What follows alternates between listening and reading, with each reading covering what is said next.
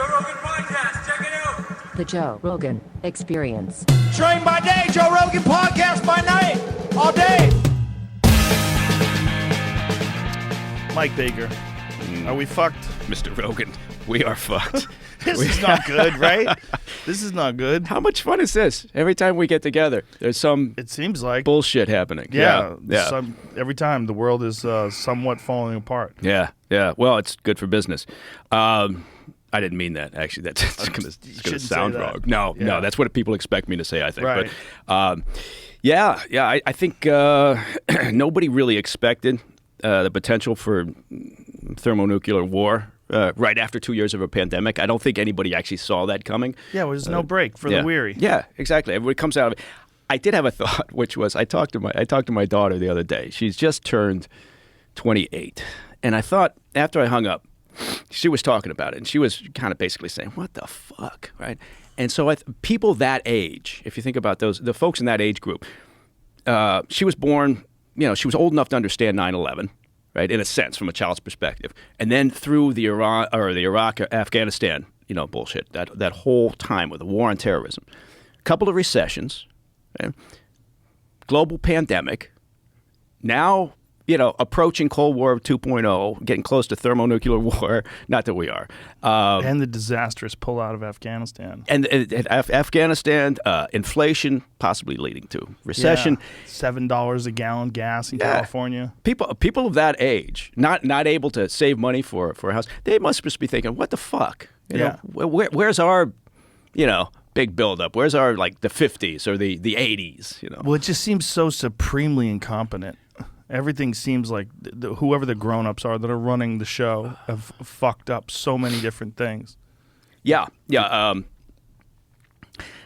There's a lot to unpack there, isn't there? In that statement. The Putin thing scares the shit out of me though, because he's when it comes to warlords, he's a legitimate warlord. Yeah. Who is in charge of? I didn't know that they had more nukes than us. I mean, I guess it's kind of a moot point, right? Because everybody's got everybody's got enough to kill everybody. How many times over? Yeah, isn't it something crazy like 10 times over? Yeah, they did the math, and it was in double digits. It's not good. It's not good. But look, if you step back, everybody's thinking, okay, how did this fucked up situation happen? Well, it's been building, obviously, right? I mean, how much news coverage did we have of? Well, they're adding more troops to the border with Ukraine. Wonder what they're doing. Could it be military exercises? So there was a tremendous amount of speculation leading up to what the fuck is going on, which, in a sense, points to how lacking the intelligence is on Putin, on plans and intentions, right? And that's a heavy lift, right, to come up with that sort of intel, because ideally you're going to want a human source. You can get SIGINT, you can get whatever, you can gather intelligence from a variety of sources, but you really want human access, people who can tell you, you know what, I had a meeting with him, and boy, I tell you what, he was pissed off, or this is what he said, or this is how he looked. Without that, without knowing what plans and intentions are, or being able to gather intel on, say, the command staff, everybody was kind of speculating. Will he, won't he? What's he going to do? Well, stepping back, if you look at what he's done, he's been pretty damn consistent, right, over the years. And so I guess, in a part, a lot of it was optimistic thinking. Okay, he just wants the eastern part of the country. He's just going to go in there and take that because, maybe he's already got it. He's declared those two republics legit. Maybe that's all he wants. He's already taken Crimea.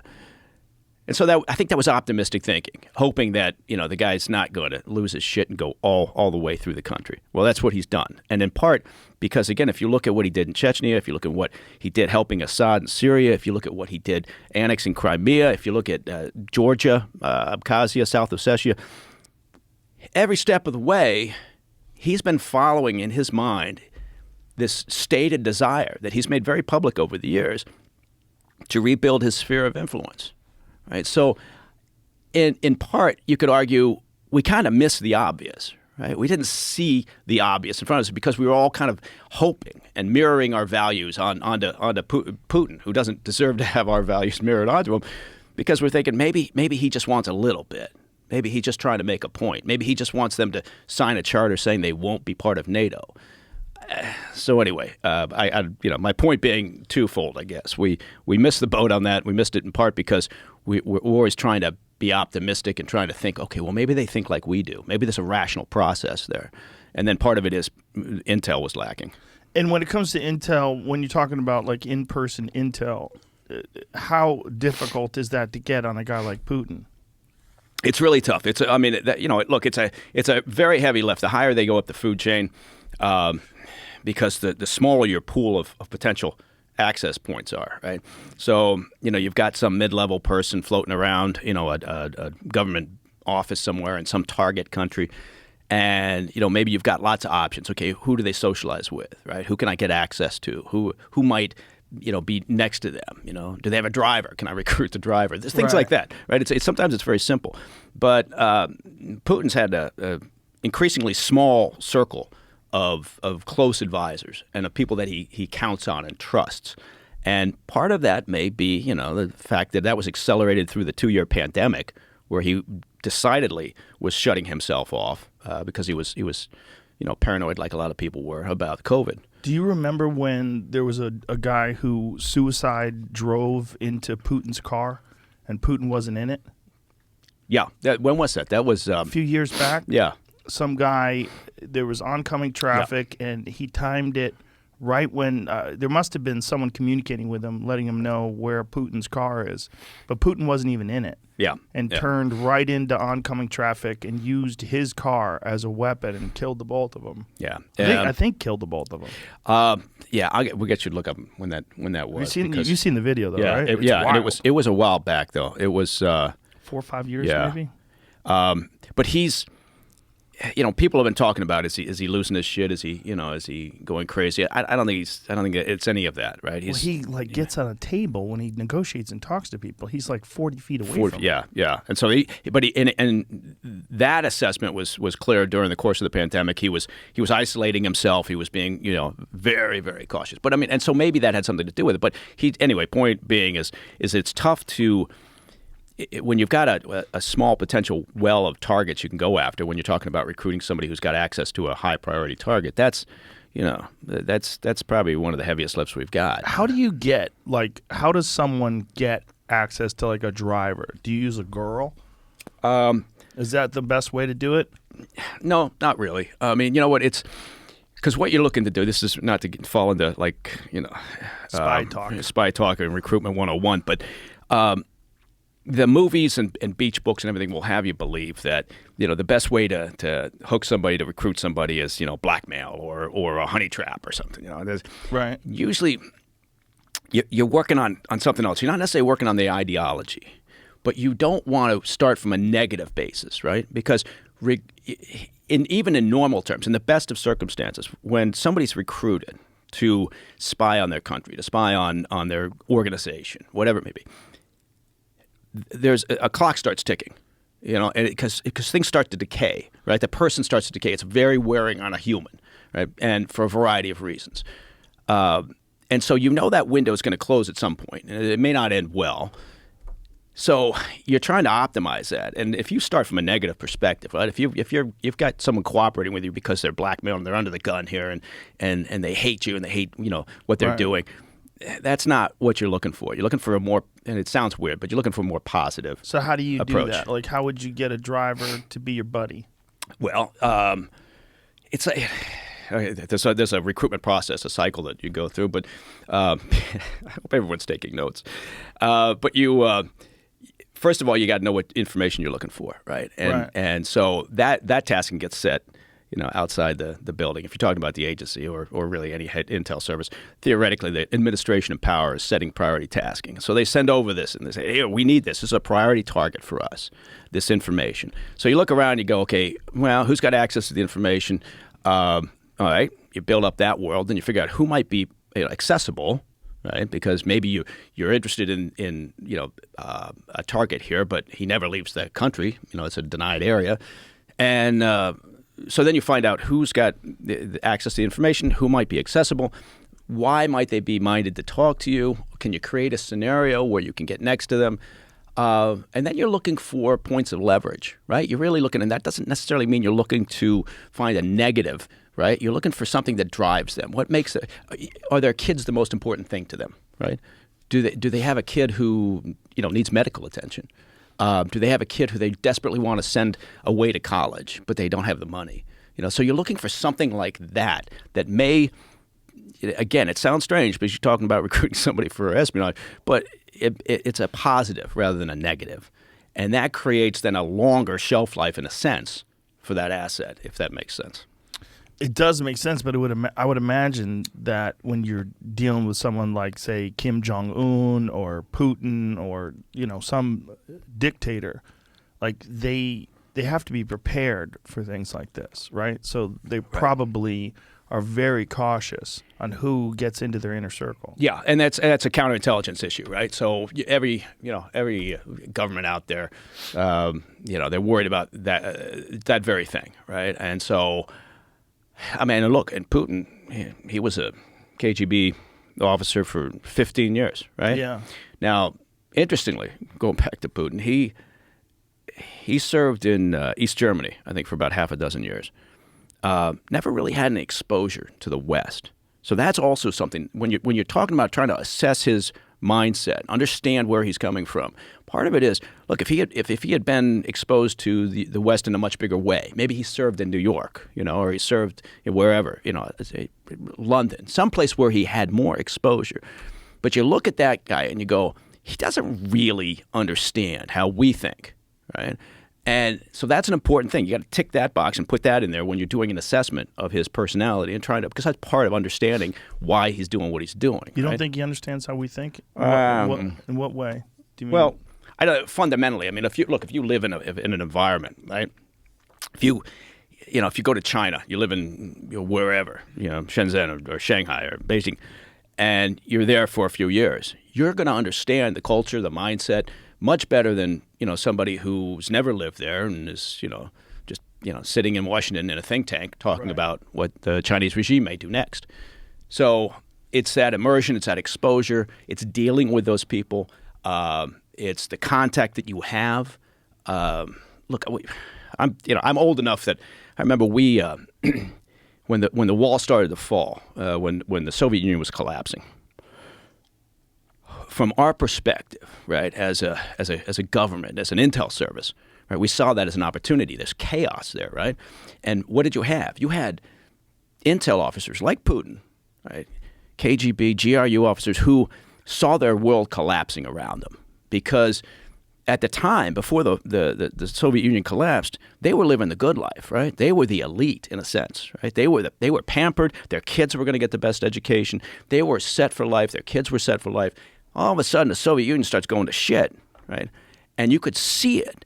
And, so what did we do? Well, we were out there busy, right, working over whatever targets we might have access to, trying to see if maybe they think, maybe there's another option here.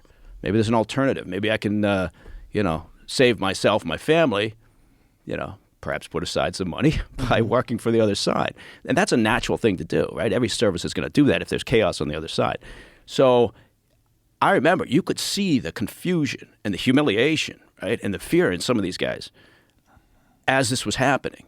And so Putin went through that same process. Again, it's one of those things that you do. You put all that together to try to create this profile of this individual, right? Because I'm not buying the talk when people get on TV and go, "Oh, he's going crazy. He's losing his mind."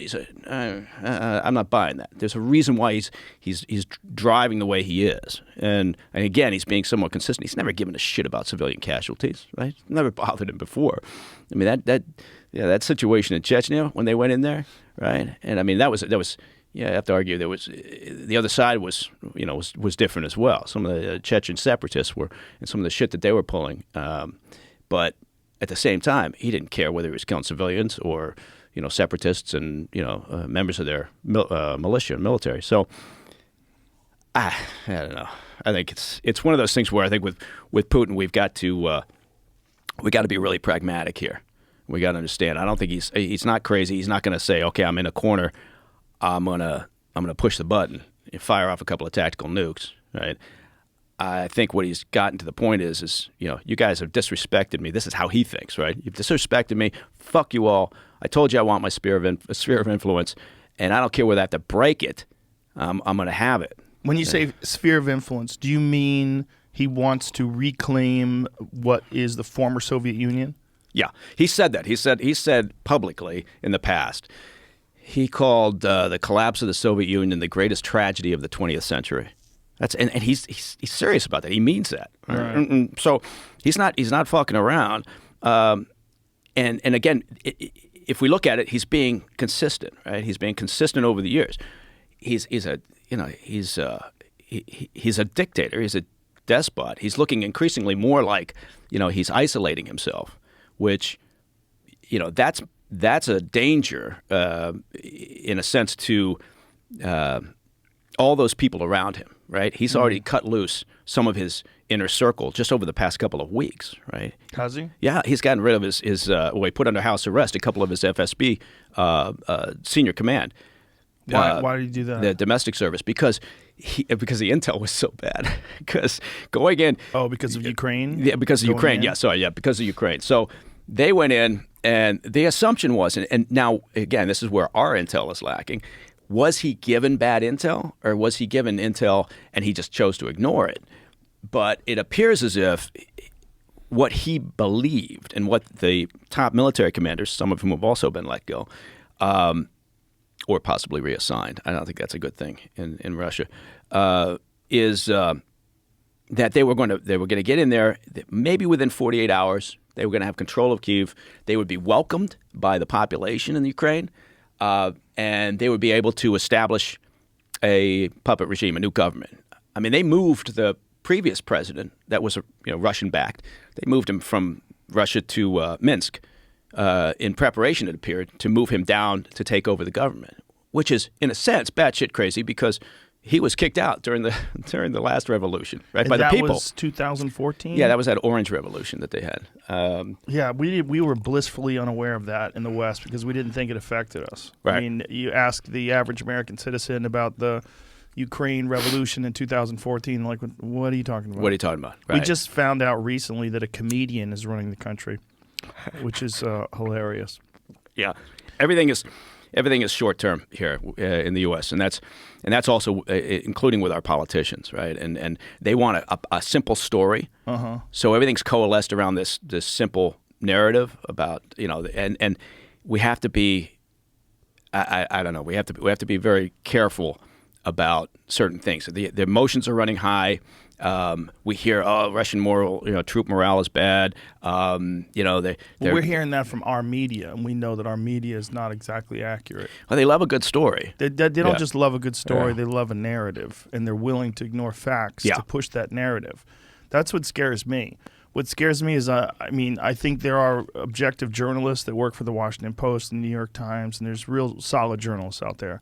But I don't necessarily know if you're getting all the information. I think it's safe to say that you're not sure. Some fuckery is afoot. I mean, the New York Times just now is admitting that the Hunter Biden laptop is real. And, we remember from the debates with Trump bringing it up to Biden and Biden saying it's bullshit and it's a lie. Yeah. A flat-out lie. Yeah. Everybody knew it was a lie. The New York Post had that story that was banned from Twitter, which was just outright crazy, that one of the oldest newspapers in the country.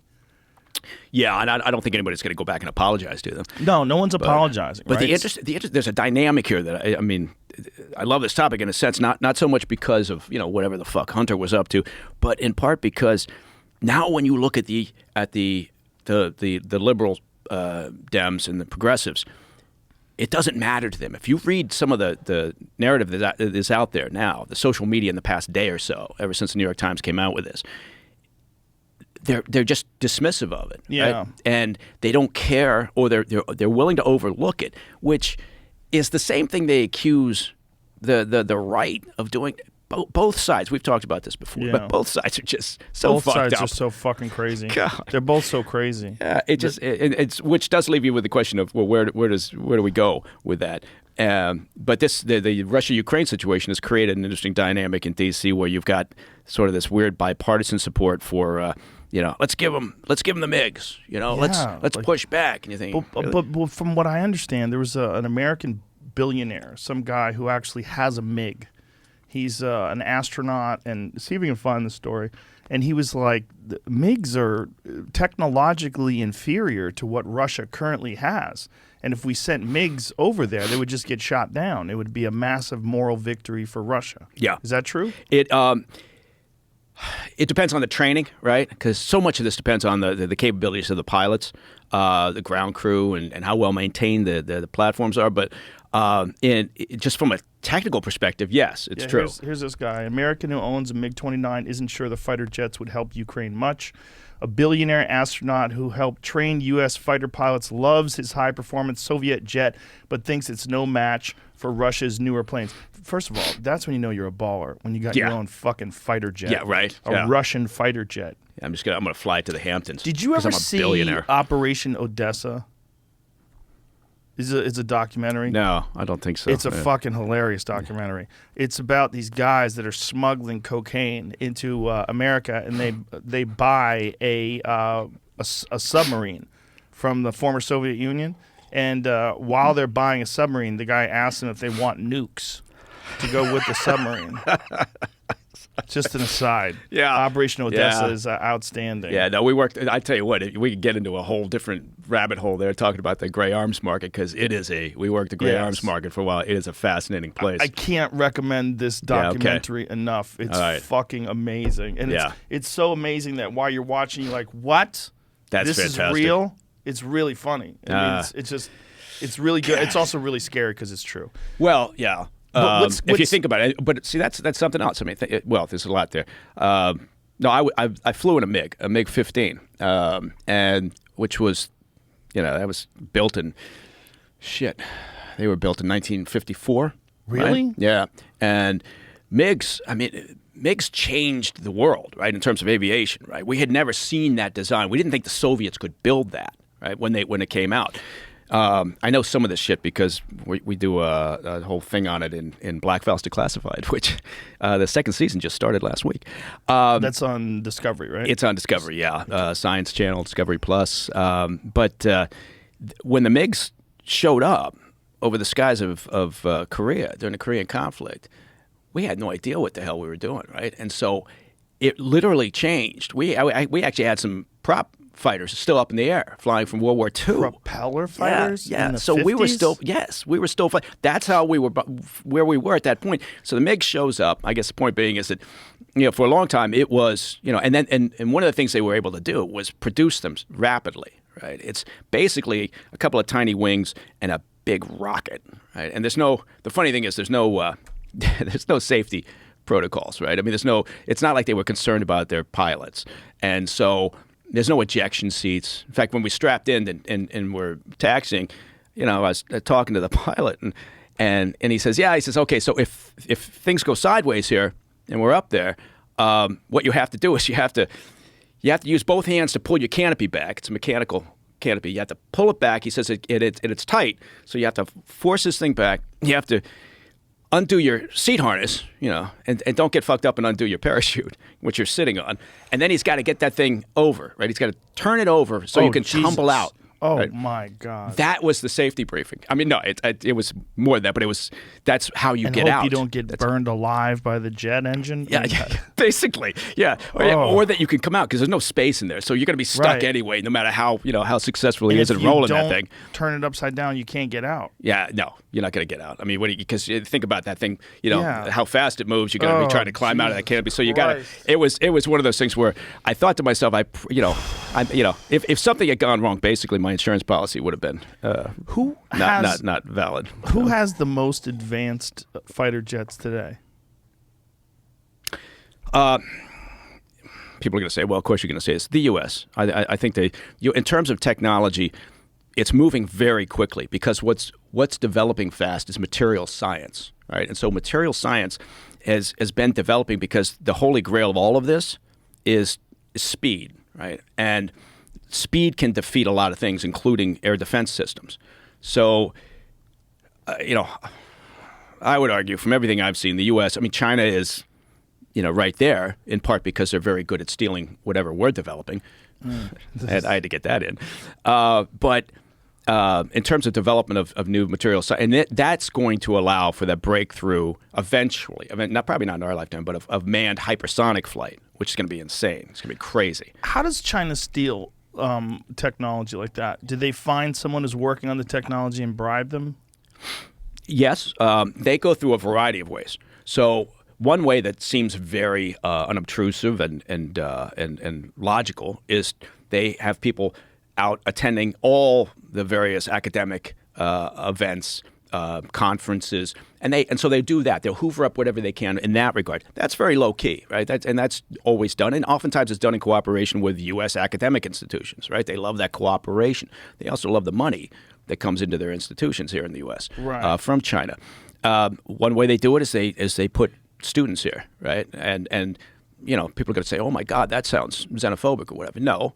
But a portion of students, come to the States are cooperative assets or working on behalf of, because sometimes, that's just what they're going to have to do. Well, if they want to go back PLA. to China, right? That is the deal. Right. And so they work and you can have someone show up here, go to undergrad, go to grad, end up working in Raytheon or wherever over a period of 30, 40 years, right? Essentially as an asset of Chinese intel, gathering information all along the way, answering specific questions. Sometimes it's straight up appealing to the homeland, basically. So, and they're very successful at targeting people who could be second, third generation, even Chinese, and that's an appeal that they'll work on constantly because they believe it works, and at times it has worked. They're very adept at just identifying potential targets who may eventually be in a position of access, and they're willing over years and years to work on that. We have a much shorter time frame, right? So we look at an asset, in a very short period of time, right? And in part it's I don't know what it is, but it's the nature of kind of our intel collection operations, right? We send people overseas to work, and maybe they're going to be someplace for 2 or 3 years. And so they know if I'm going to get promoted, I got to recruit. I got to get some recruits. I got to do that. So there's this whereas sometimes China is much more patient in that regard, right? They don't think about it that way. They're not going to base it on, okay, did you get 2 recruits? They're going to base it on, did you develop somebody? Did you push them a little further down the path? That's a good thing if you did, because maybe that path is going to take another 5 years, 6, 10 years, 20 years. They don't care. They're willing to invest the time, where sometimes we get very impatient because in part, I don't know why. We're Americans. We have a short attention span. So it does. I mean, I don't mean that in a glib way, but there is that decided difference between the services. Do we do the same thing? Do we have people over in Chinese universities that are working with the United States government? Can you say that? No, we would never do that, Joe. Well, no, we would never do that, Joe. Come on, what the fuck? Although now that you say it out loud, it sounds like a good idea. I think you have to, right? I mean, if this is the game you're playing, right? If the game you're playing is everybody's cheating, it seems like it's part of the strategy that you have to employ if you want to be successful. Yeah, I would say it's much more difficult for us. We have an open society, right? They don't. Right. So if you think about it, our ability to have a student, if we're going to go that route, apply to a university in China, that's a much more rigorous process, right? Because they start from the perspective of there's something wrong here. Why is this person applying to our university? So immediately they're flagged as a potential counterintelligence issue, right? Whereas we have, I don't even know at this point, maybe 300,000 more Chinese students here in various academic institutions going to school, probably more than that. And how many are monitored?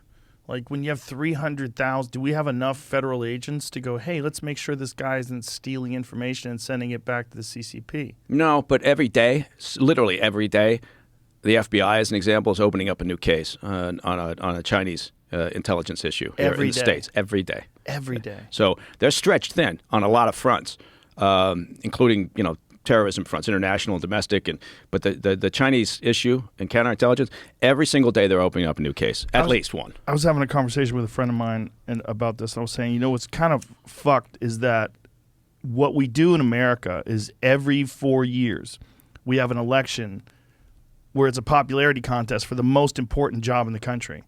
And so if you got the most important job in the country, every 4 years someone's new at it. It's crazy. Imagine if you had to do any other job, whether it's brain surgery or whatever the fuck it is, building cars, and you've never done it before. I mean, that's literally everyone. You only get to do it twice. You get 8 years max, right? Yeah. That's a good thing. Right. I guess it is a good thing. Yeah. I guess it's a good thing. But when you look at what they're able to do in China, and this is not me advocating for totalitarian control by the government. But what I'm saying is it is a massive advantage that they have in that they don't have that restriction. Yeah. Like, they get to be really good at their job, and they understand it deeply. So, like, one of the things that, what the tinfoil hat brigade likes to talk about is the deep state, right? They always like to talk about the deep state. Right. And what I was saying is, like, what if we didn't have a deep state? Do you know how fucked we would be if we didn't have career politicians and career intelligence agencies and people who are there for long periods of time that actually do understand it? Yeah. If the person, I mean, every time? Yeah. Listen, I've disrespected Joe Biden enough. I don't think I should do it anymore because I think I've said enough about him on my show. We're gonna stop being mentally incompetent. I mean, he's just compromised. He's an old guy. We know, right? Everyone knows the guy's falling apart. But imagine if he really was the only say in how things run and how things go. If he really was like a dictator, we would be beyond fucked. Yeah, luckily we got the 81-year-old Nancy Pelosi to back him up. Oh, it's so important. So she's falling apart harder than him. Wow. It's I don't know if that's true. It's close, but it's well, it's a massive disadvantage, isn't it? Though this is not me saying this like advocating for any different system. Right. But what I'm saying is that if you just look at the structure of our government, the way we do elect a new leader every 4 years, someone is new. They start from scratch, which is crazy. Yeah, I think what saves the system is what you pointed out, which is you've got career personnel, right? And they really do run the country, basically. They have the folks that are there, the civil service group, the folks who now, if government gets too large, which you could argue it already has, then you got a problem. You got entrenched, folks who, maybe I don't know. So I'm a little conflicted on that, but certainly for the intel service, right? And I know people are going to say, "Well, fuck that. It's not apolitical." But you know what? It's you can only speak from your experience. Mine was that the agency is essentially apolitical. Occasionally you get someone like John Brennan, who has a very close relationship with the president. He's been dinged for it in terms of he got all political, just like the FBI has obviously taken heat in the past. But you want those institutions to be let's say as apolitical as possible and not rotating out. And I've been to countries where there's a change in government, there's a wholesale change in the intel service. Not good. It's not good. They're completely beholden to whoever's in charge. You don't want that. But we've talked about it before. I'm a huge believer in term limits, right? And it's never going to happen, but I'm a big believer in it. And it's just that you look at the current leadership.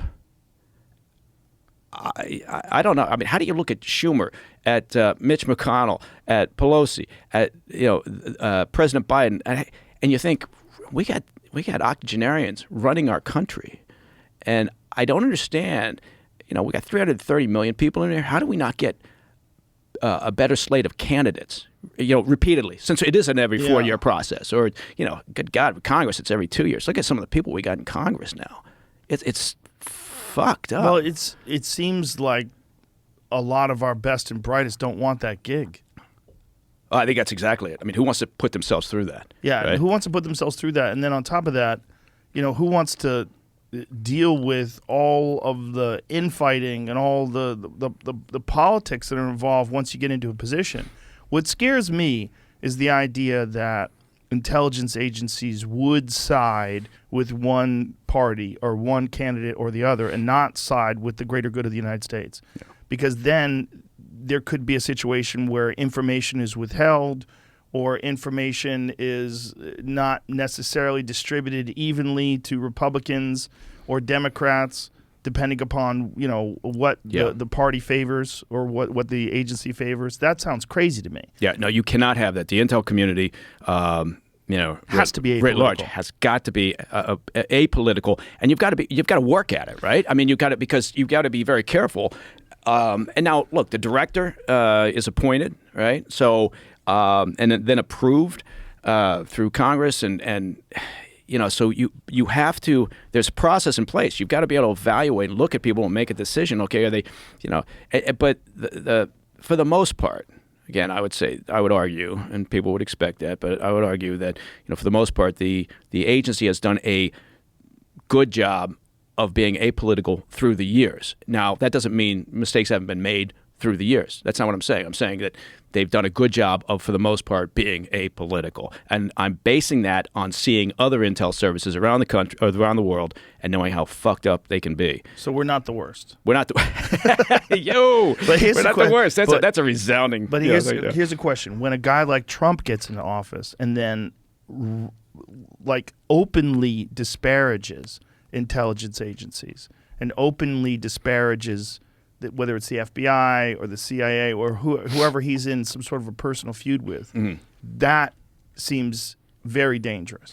Well, it's dangerous, I suppose, if you think if all you're thinking about is morale, right? I mean, right. This would work on a few levels. So yeah, sure. There was a lot of talk during Trump's time in office, that morale was sinking at the agency because he was kicking them in the ass on occasion, right? Right. Well. Honestly, the agency's taken a beating over the years from a variety of administrations. And all I can, again, speak to is my experience, which spanned a handful of administrations. From a collection point of view, from just getting the job done, you don't give a shit. Just tell us what the tasking is, right? And we'll go out and do it. The idea was always the director was your top cover. The director served as a liaison between the White House and kind of, protected the agency, right, from, all the machinations or the back and forth. Now, once you collect that intel, right, if you're out in the field and you pull an intel and you throw it into the mix, right, you send it back or whatever, and it once it leaves that building and it gets into that washing machine of Washington where there's lots of different, people editing and looking at it before it ends up in, in some briefing somewhere in the National Security Council. Yeah, there's an editing process that goes on there. That's where a lot of the spin, a lot of the agenda can be built in. How does that work? Well, I mean, you've got a lot of hands touching, raw intelligence is one thing, right? You find somebody out in the field and they said, yeah, this is what Putin means because I was sitting in a meeting with him and two of the command staff and this is what he said. Okay, great. That's raw intelligence, right? So you report that back, word for word. You don't put your spin on it, right? As a person that's collecting, and that goes back. But now that's going to get looked at by the guys writing the reports up and doing the analysis and assessment of this. And they're putting it together with other intel, maybe they're collecting from other sources, right? And then you've got the more hands that are touching that, once it gets back to Washington, the more potential for editing, right, and for analysis and opinion, might get in there. That's just a natural thing, right? That's going to happen. But it's the raw intelligence that really matters. And sometimes I feel like we should have a more direct line from the actual raw intelligence, if you can protect sources and methods, direct to the end user, to try to keep that editing process to a minimum. Otherwise, you're playing a game of telephone too, right? It's not so much telephone where you get the. I guess we used to say Chinese whispers. I guess whispers? Yeah, we can't say that anymore, can we? Yeah, you're older than me. Yeah, well, we used to say that. I never heard that. I never really? Heard you never heard that? Maybe it's an intelligence thing. Could be. But anyway, the idea being it's like that party game where you whisper something to someone, they whisper it along to someone. Right. It's not quite like that because there it's more like it gets blended in right? And then that blending process with other sources of information, and then just the natural inclination of people who are writing up reports or passing it from one, office to another, to say, well, I think this is kind of what it means, or this is the most important part here. And so shit can move around. It's like editing a newspaper article, right? The more hands that get on it, the stranger it's going to look. Right. It doesn't necessarily mean that the facts are wrong. Maybe just the context or the priority part of this is missing or different. So I know I'm probably it's being good nuanced because, there, but no, it's important to be nuanced, I guess, because someone like me doesn't really understand how the process works, and I think most people don't. Most people, they just know that we find out certain things about a certain terrorist cell or what have you is happening in other parts of the world, and we really don't know the process of how the intelligence gets to the people that make the decisions. I think what would surprise people too is how imperfect that intelligence can be sometimes. Right. And that's one of the every time I say something positive about the agency, I get a couple thousand notes going, don't fucking read idiot. that shit. Yeah. I know. I don't. Although I will say this much. I'm gonna veer completely in a different direction now that you said this.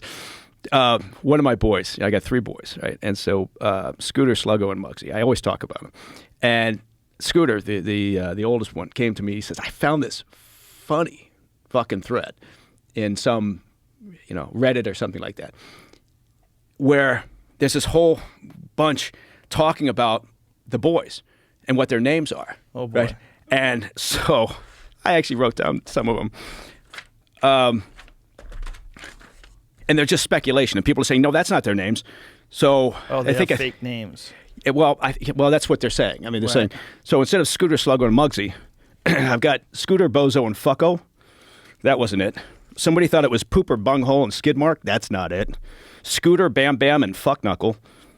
Definitely not it. Tweaker, Barfo, and Butzo. You are wasting time repeating the things that someone in a cubicle who's bored out of their fucking mind. I know. Probably on Adderall. But my boys like this. And the last one, the youngest one, Muggsy, he's adopted the new name McFuckstick because he thinks that's funnier than anything, except for Fuckknuckle. He thought that was funny too. Those are both pretty funny. Yeah. So anyway, it's a good nickname. I don't read them except for that one when my boy brought it to me and said, you got to read this. Yeah. So, don't read the comments. Oh, no. That's my number one piece of advice for everybody. The problem do you get comments? I'm sure I do. Yeah. I'm sure there's a few out there. Yeah.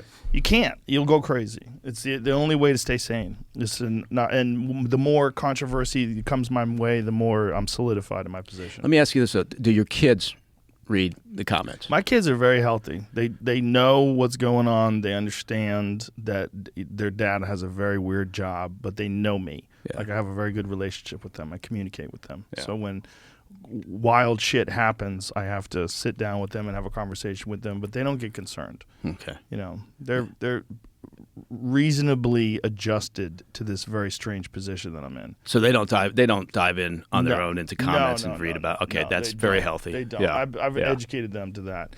It's we live in a strange time of information and the ability to communicate, and I think there's a lot good in that.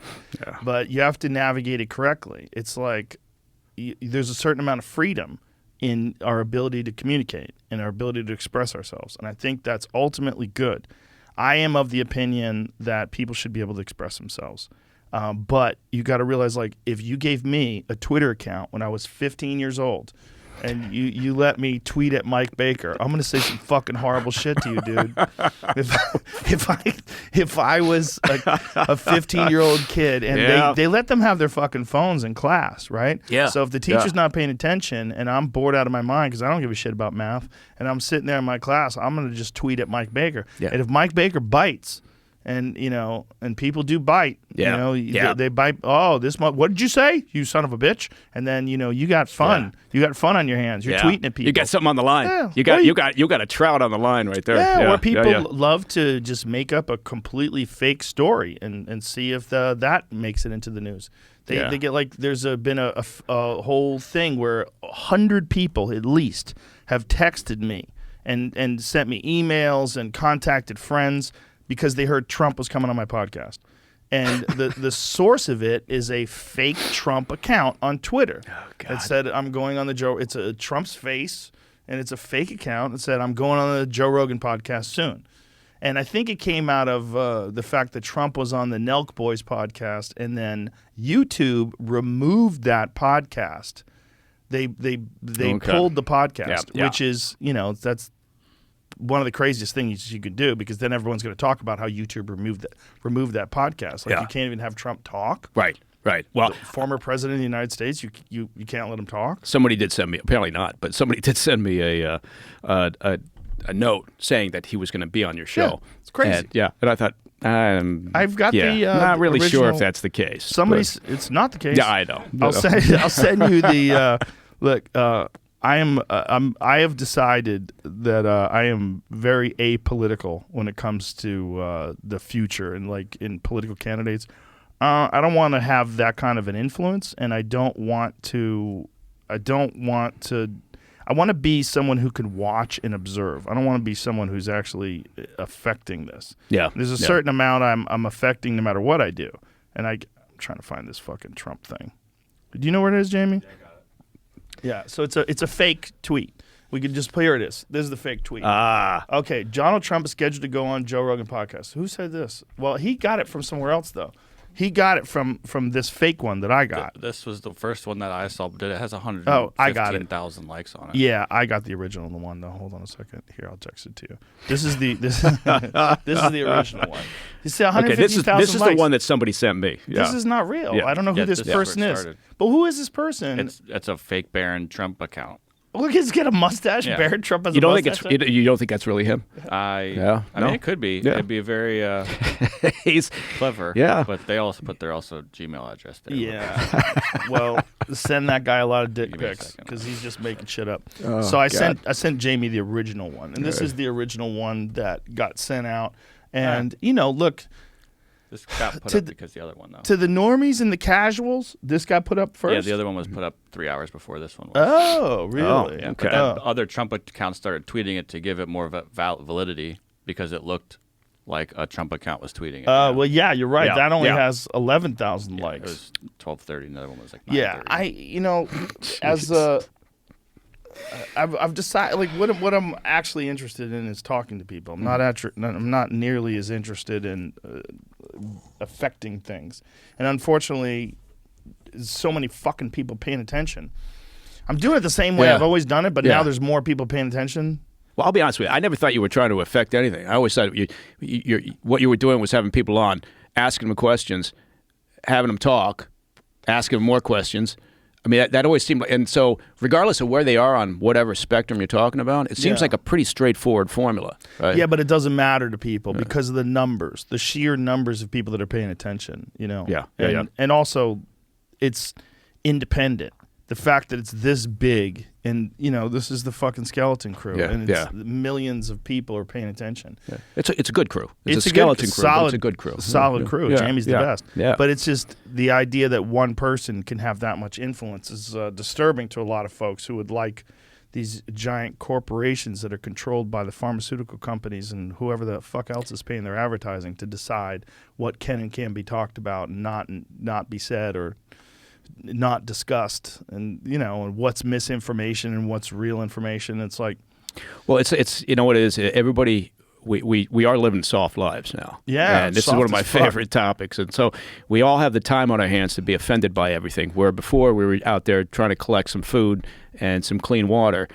I'm not saying we were trying to do that 10 years ago, but we've gotten to the point now where we can all be just offended as fuck over anything. There was a free speech conversation, debate held at Yale, just may have been this past week, and it was interrupted by a large protest from a bunch of the law students there, who objected to the fact that there was a free speech debate. That is fucking madness. It's fucking madness, and it's dangerous. And these fucking kids, they don't realize how goddamn dangerous it is. When you stifle debate, then who decides what can and can't be talked about?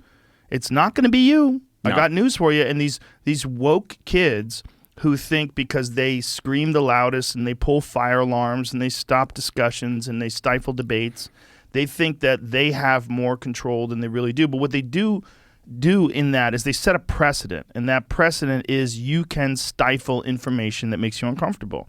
You can stifle discussions where people have points of view that you don't agree with.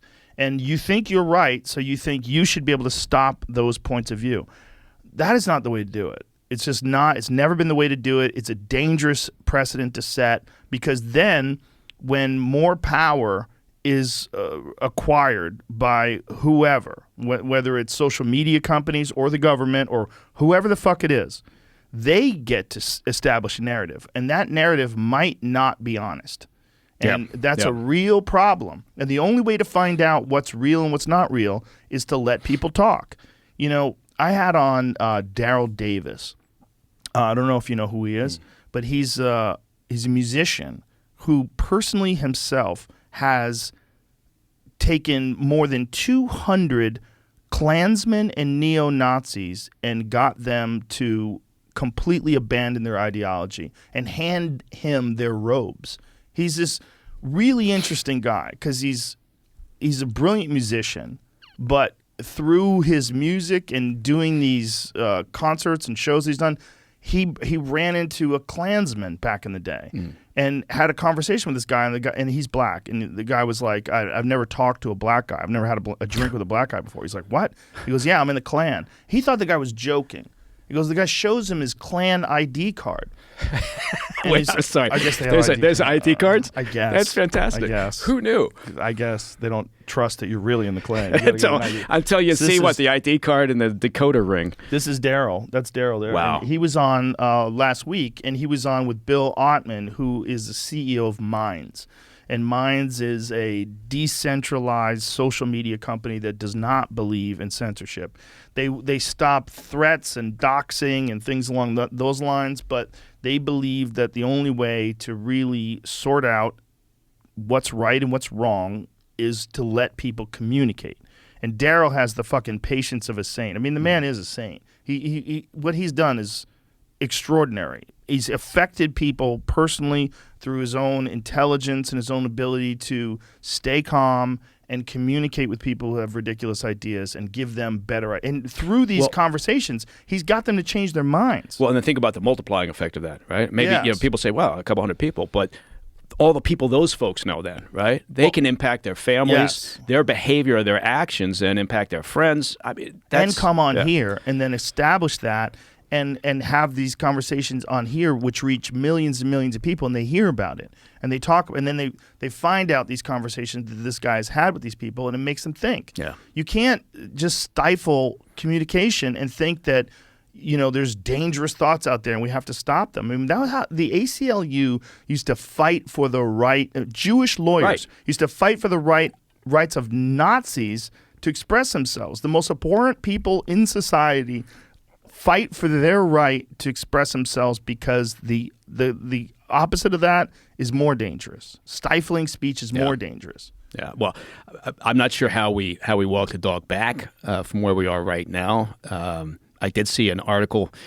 I don't remember where the hell it was, and it was just the other day that was written. I think it was an op-ed piece that basically argued that part of the problem it started out by saying, why are our young folks so susceptible to disinformation? Well, the problem was what they were saying was they're susceptible to disinformation from one side, right? So imagine it was written by a progressive author, and as it turns out, their argument was we spent too much time on STEM, on science and technology, English, math, and not enough on philosophy and critical thinking, and teaching kids that, so that we should be teaching more of that. And the problem with STEM is that it teaches, finite answers or definitive answers, and doesn't teach critical thinking. I read the whole thing, and it's critical theory, not critical thinking. Yeah, because critical thinking allows you to look at all sorts of different subjects and different, different facts and what are the variables and what are the influences and what's going on here. Yeah, it lets you try to look at things critically. But critical theory, and is a lot of it is like progressive ideology. They have a dogma, and when you have a dogma, it's not much different than religion in a lot of ways, where you don't want anybody to have an opposing perspective that challenges the dogma, and that's not good. If your ideology doesn't stand up to scrutiny, it's not a good ideology, and the only way to find that out is to apply it to scrutiny or apply scrutiny to it. Or just test it. That was the idea, test right? It, that's yes. it. Yeah. I mean, that's the whole concept, and that's why science. That was always an interesting debate during the past couple of years. No, the whole point of science is to constantly question it, right, and to test your theories. But any time you say anything during the course of the past 2 years, it was like, well, you got to fucking believe the science. Yeah. Well, that doesn't mean you just take the word of somebody in a public health position. That means you listen to it, take it on board, and then compare it and test it and ask other questions, right? But you're right. I mean, we've gotten to this point where it became a religion almost. Well, John Abramson is a guy that I had on the podcast that really opened my eyes to how these things work in terms of pharmaceutical companies. And one of the things that he said is that when studies are done, that the people, the scientists that are conducting the studies do not have access to the raw data. They have access to the interpretation of the data that's provided to them by the pharmaceutical companies. Mm-hmm. You know what that sounds like? Intel collection. It sounds, that whole process. It sounds, well, also, the difference is Intel, they're not personally making billions of dollars off of that information. Yeah. And then they don't also do something that winds up being incorrect and costs the lives of tens of thousands of Americans by hiding information and lying. I mean, unless you want to talk about weapons of mass destruction and things along those lines, because that is... Well, there's that. There's a little bit of that. Okay. Pfizer came out and said, I think maybe we need a fourth booster. That was Moderna. Was it Moderna that came out, today. or was it Pfizer? But Moderna's trying to get, they're trying to get FDA, maybe Pfizer's done it as well, but Moderna, Pfizer, you're right. I think Pfizer came out Pfizer first. Did do it too. And said, right. and then, because I remember their stock, I took a look at their stock to see what it was doing shortly after that statement, and it went up. Right, it's both of them. Yeah, so they both have done it, yeah. So they seek authorization for boosters for older Americans. Well, look, if the fucking data is real, and if the data, but you got to have access to the real data. I mean, if the data shows that another booster for older Americans is beneficial, then yeah, they should have access to it. Yeah. But what Abramson is saying, you don't get access to the raw data. You get access to the pharmaceutical company's interpretation of the data. And they oftentimes skew that in a way that would be more profitable for them. And so he talked about there's a product that was on the market called Vioxx. And I have a friend who took this stuff and had a stroke because of it. This stuff they knew was going to cause all sorts of cardiovascular issues with people and blood clots and the like. What was it designed to do? It's an anti-inflammation drug that wasn't any better than non-steroidal anti-inflammatories like Advil and ibuprofen. And Abramson was part of the team that was prosecuting this, and it was part of the team that was in court about this. And they showed that they knew that this was going to cause these events, and somewhere in the neighborhood of 50 to 60,000 Americans died because of their interpretation of what this stuff was versus the reality of what this stuff was. And one of them was a buddy of mine who got a fucking stroke because he had knee problems. Well, you think about the pharmaceutical industry, they go out. I mean, there's the whole chain of then the sales reps going out to the doctors, and introducing these new, therapeutics and saying, "Here, this is a great opportunity." Let's do it. And I don't profess to understand that. Well, my wife's mom's a nurse, and so I found out about this years ago, where she was explaining how the doctors would, the pharmaceutical reps would take the doctors and the nurses out for these expensive dinners. And they're not allowed to bribe you, but they get real close. So it's like what you were talking. It's like what you were talking about with, what you do to an asset. That's how they treat it. And I'm sure there are some bribes being. I'm not naive, but for the most part, the way they do it is they sweet talk. And I have a friend who's a good friend who actually owns a pharmacy. And he explained to me that before that, he was a pharmaceutical representative. And he used to do that. Okay. And he was told, listen, I want you to know their fucking kids' names. You're going to show up at the baseball games. You're going to cheer them on. You're going to give them gifts. You're going to do whatever the fuck you can do to get close to these people so that when something comes up and maybe they could prescribe your drug, they'll be more inclined to do that. And that is the way you sell more drugs. It's a product. Yeah, it's a product. It's like you're pushing tin or anything else. You're selling Corvettes. You're developing relationships. Great car. Mike, you look good in that car. That car looks good on you. Not as good as my 1965 MGB looks. That fucking car is great. I know you were making fun of it the last time I was here. It's got 100 horsepower. Oh my God, it's great. Does it even have 100?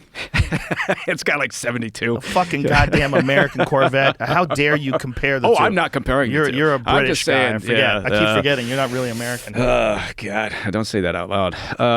Yeah, you weren't born here, right? No, I was born over just outside of London. The original spot. That mother country. God bless the Queen. But it's the only way we I mean, this bring it back to the censorship thing. The only way we find out all these things, whether it's information about pharmaceutical drug companies or information about the influence of foreign bodies on students, or you have to fucking talk about things. Yeah. You have to have open communication. And the only way you find out if someone's full of shit or if someone's lying or if someone's withholding information is to let people talk and let people sort things through. The truth is messy. There's a lot going on in the world, and you can't stifle information and debate. It's not healthy for anybody, and you can't do it just because you think your side is correct. It's not good. It's not what's amazing about a free society. And you can't decide that there's certain ugly aspects of this society that you think should be suppressed, because when you do that, then people are going to decide your aspect of society is ugly. Your perspective is ugly. If we get a fucking hardcore Putin-type leader running this country and they start cracking down on legitimate journalists that are exposing corruption, then you get into dangerous circumstances. And this is the problem that I had with like the New York Post article on the Hunter Biden laptop being suppressed. It's not that I'm a Trump supporter. I didn't vote for him. I didn't vote for any Republican ever in my life. But you're looking at something that's real information and you're hiding it from people because you don't like the result that you think is going to come out of that information. That's not how we're supposed to be doing things. Well, I think and it's all part and parcel. I think it's why there's so much dissatisfaction. There's so much distrust because I think people are starting to realize, right? Yeah. Regardless, again, where they are in the spectrum, both sides have an equal ability to think, I don't think I'm seeing or hearing or being told accurate information here, and you're right. I mean, Putin. Look, shit. If you talk about Biden and his age, or you talk about any presidential term and the fact that we roll it over, you look at the opposite side of it. Putin got into power in '99, right? So Yeltsin. That's crazy. Yeah, Yeltsin nominated or made him acting president in '99. So 23 fucking years of running that country. Yeah. Well, he took a break in 08 as he was the prime minister. Not really a break. And that for 4 years, and now he's been in office running that country literally since '99. And they've changed the rules of the game. He actually, if his health stays, and he's 69, he can be in office until 2036. Well, he has access to the cutting edge technology and science and medical advances. That guy can be healthy as fuck for a long time. We live in a different world now, and I can say this from personal experience, being a 54-year-old guy. When I was a kid, 54-year-old men were dead. Yeah, you don't look a day over like 53. Thank you. Yeah, appreciate that. You're welcome. But what you can do with your body is so different.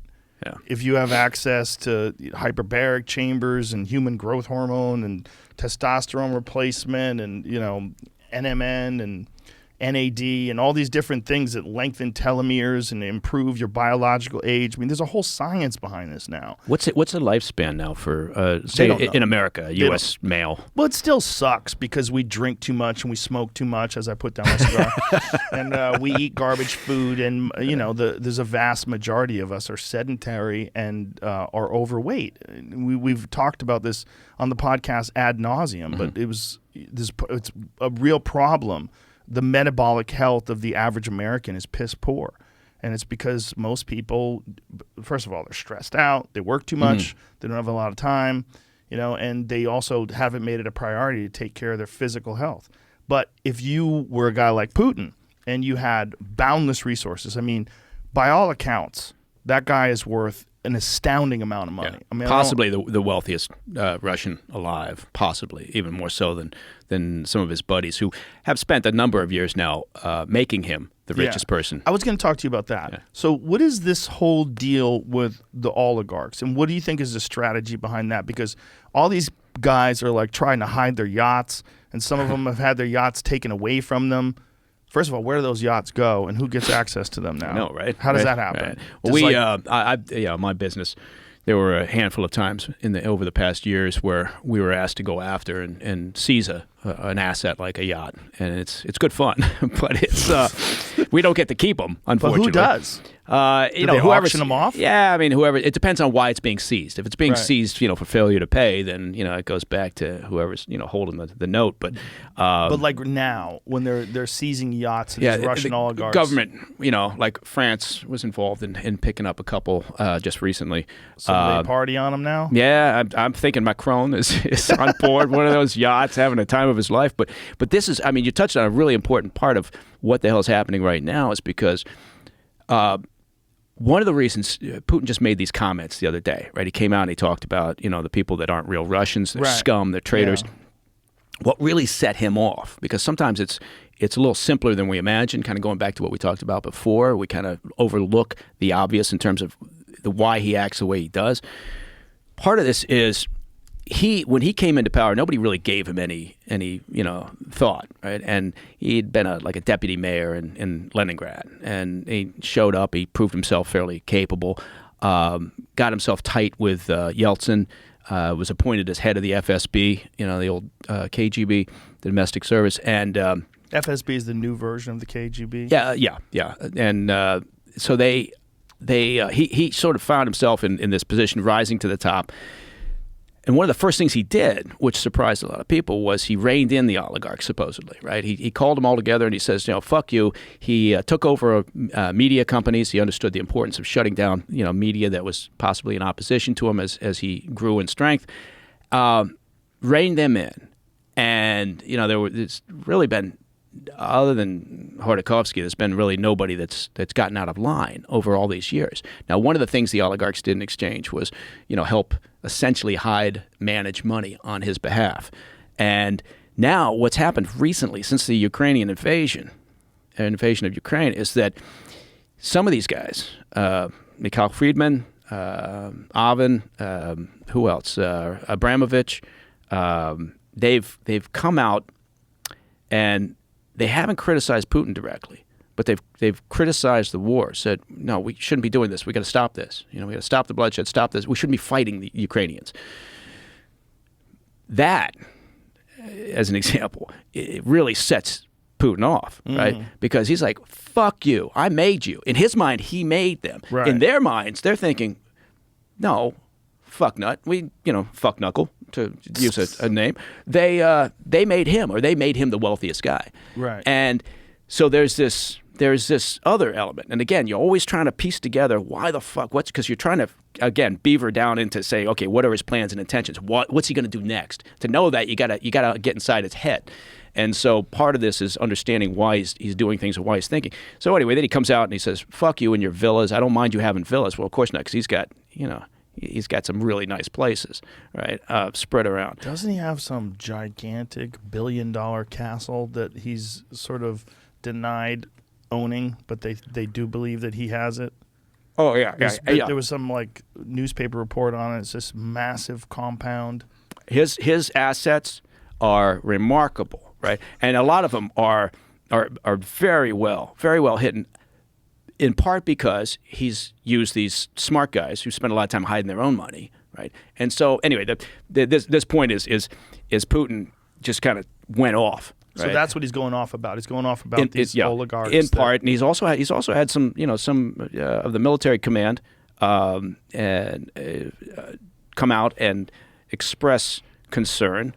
There's some anecdotal evidence. It's again the solid intel, It's not as good as we'd like, but there's anecdotal evidence that there's an increasing amount of discomfort within the command structure and within his security services that we shouldn't have done this. This is the wrong tact. Where is this going? It's impacting the Russian people in a big way. He's fucking over the Russian population, right? He's creating this situation where he's isolating the country, right? And he's really putting them as sort of the, he's almost creating a situation. I'm going off on a bit of a tangent here with China, where China's going to start looking at Russia the same way they look at North Korea, which is, for fuck's sake, we got to take care of these people now, right? We're going to be the ones supplying. Now China looks at this and goes, yeah, fine. And for the time being, while it looks like they look at Russia like it's a Costco now. We can get oil and gas, on the cheap because the price is discounted now because there's not a lot of buyers, or there's fewer buyers. Agricultural products, minerals. So China's looking at it like a place where they can go. They don't look at Russia as an equal, right? They don't look and think, oh, we gotta rise to the top, and one of the things we have to do is get past Russia. They've already done that, right?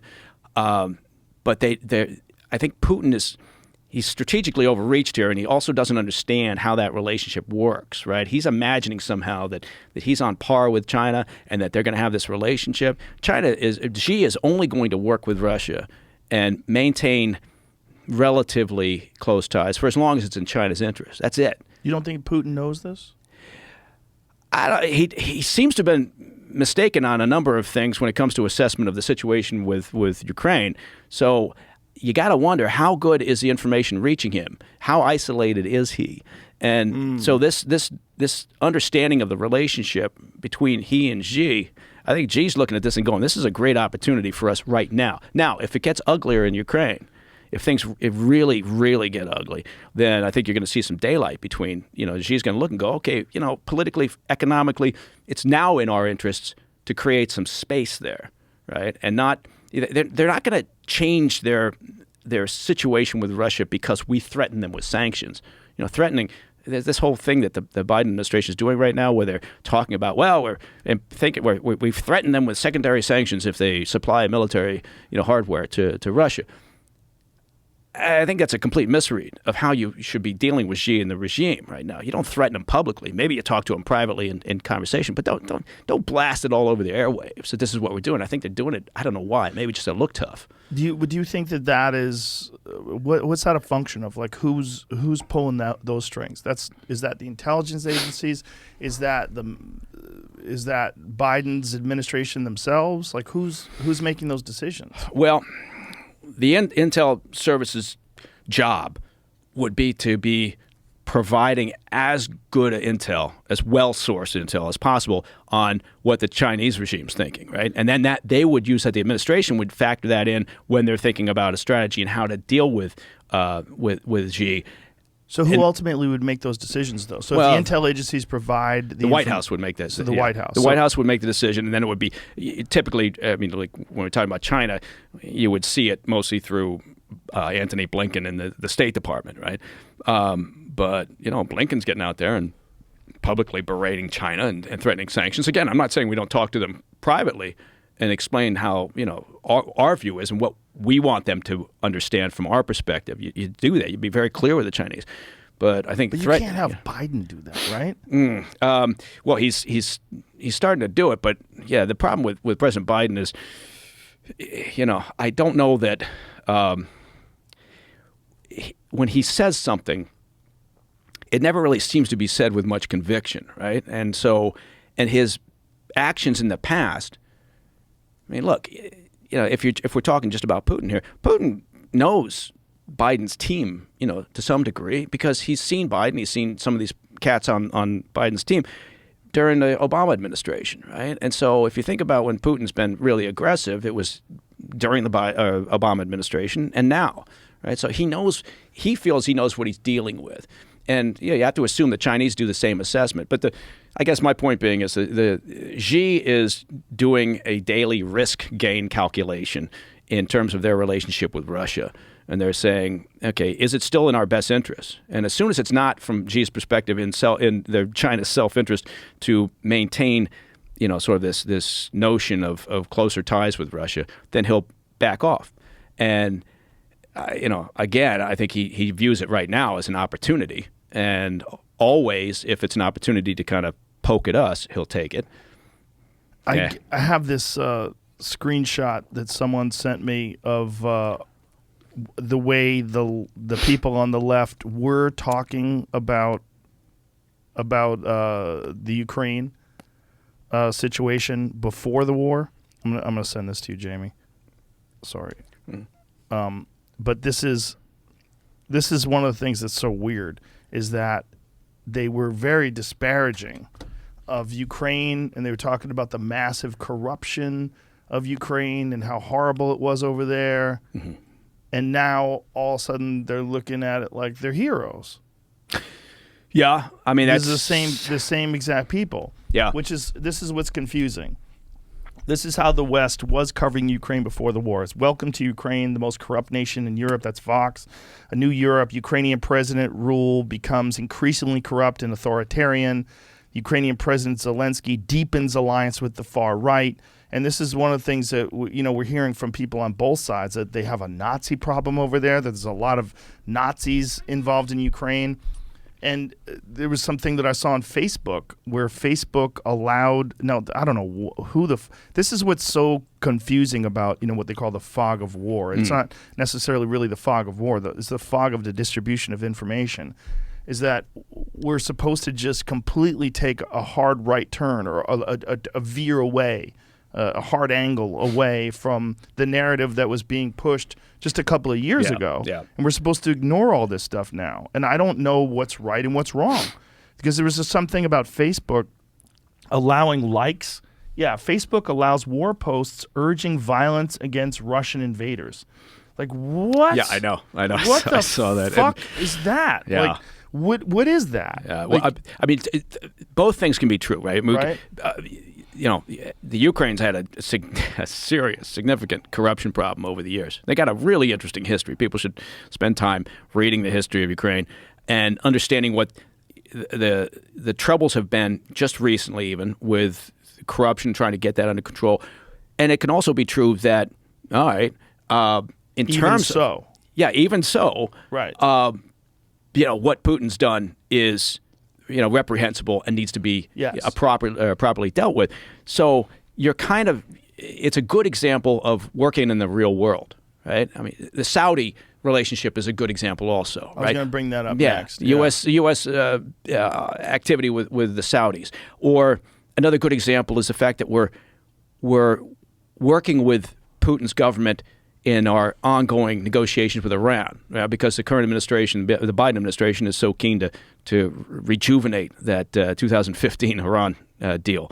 And so we're actually, while we're doing all this, while we're calling him a war criminal, and we're providing, we just provided another aid package full of AT-4s and javelins and stingers and helmets. Helmets always a good thing.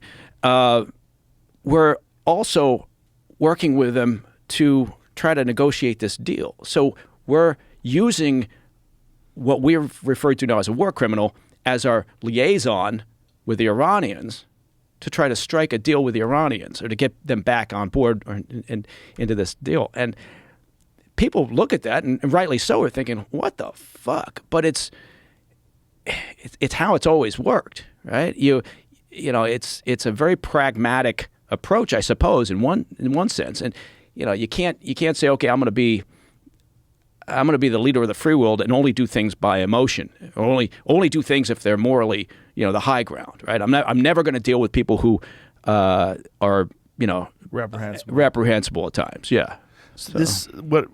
One of the things that's happening now is because of social media and because there's so much access to information, is that all this stuff is brutally transparent. That. Yeah, like the United States is contacting Saudi Arabia and trying to broker some sort of a deal. Now we're hearing that Saudi Arabia is considering using the Chinese currency instead of American dollars for their oil, which scares the shit out of people. And the fact that, I don't know if it's true, but that Saudi Arabia is not taking Biden's calls.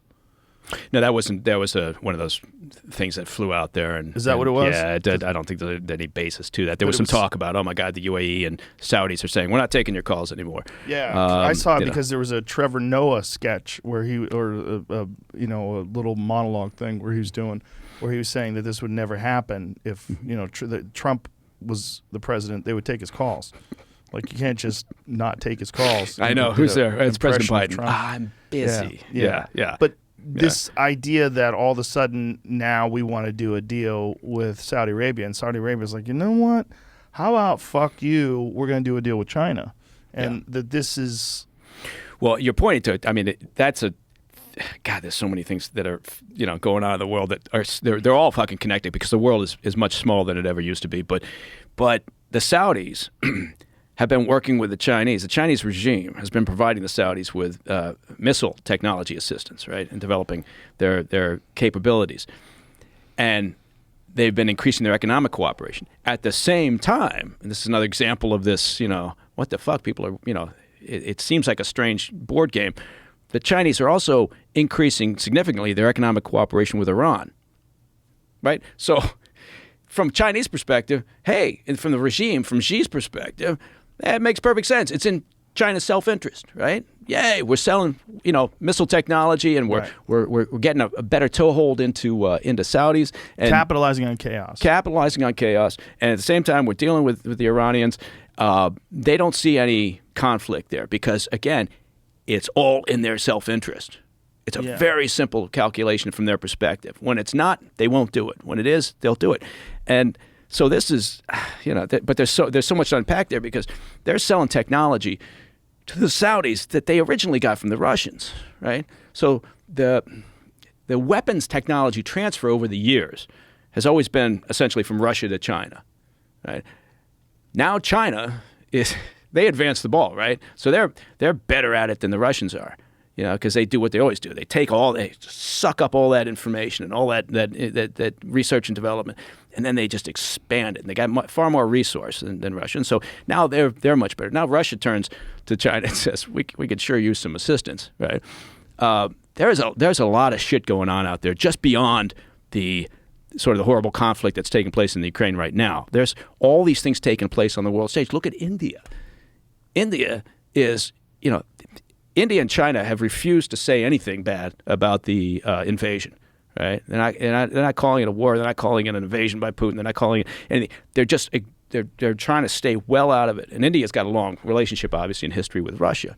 But, we imagine somehow that, okay, these sanctions are going to destroy Russia, and over a long period of time, the sanctions we put in place are going to really cripple that economy. It's going to hurt the Russian people a great deal. But India and China look at it and go, gives us an opportunity. You think India is going to stop supporting? Most of the Indian population, strongly supports Putin and Russia because they've had this relationship. And Russia has provided India with all sorts of military technology and capability. And so it's I guess, and also India looks at it and goes, hey, now we get oil and gas at a discount. We keep buying it. Why is our gas so high?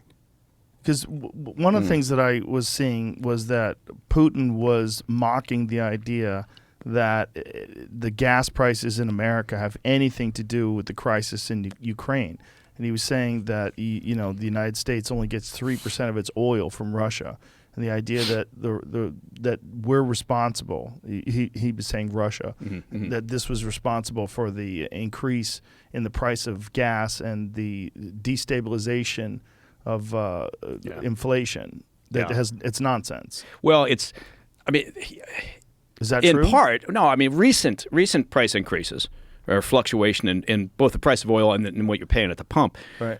You can attribute to sort of the chaos and the instability that took place once the invasion started. Right. Once it became clear that this was about to kick off, and ever since.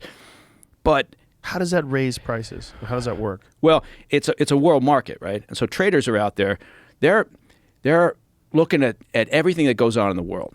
Right? So China, as an example, look, they've locked down, right? They're starting to open up Shenzhen and a little bit, but they got millions of people now under new lockdowns because of COVID.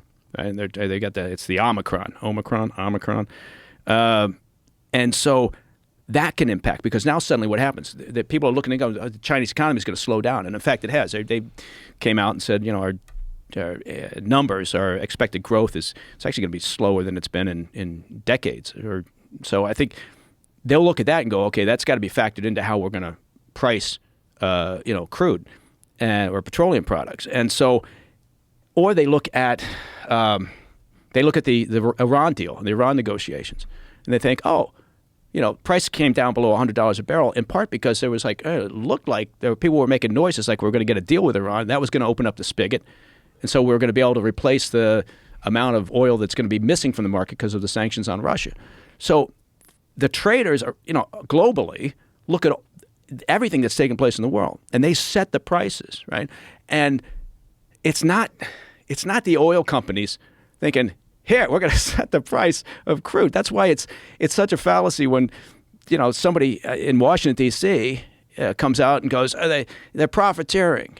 Now I'm not naive. Could profiteering maybe be taking place, in the oil business and elsewhere? Well, sure, there's a possibility, and you always, you want to be aware of it and be focused on that. But that's not how prices get set. And so it's one of those simplistic ideas. We're going to stick it to the man. It's got to be the oil company's fault that I'm paying $7, $8, $9 a gallon now.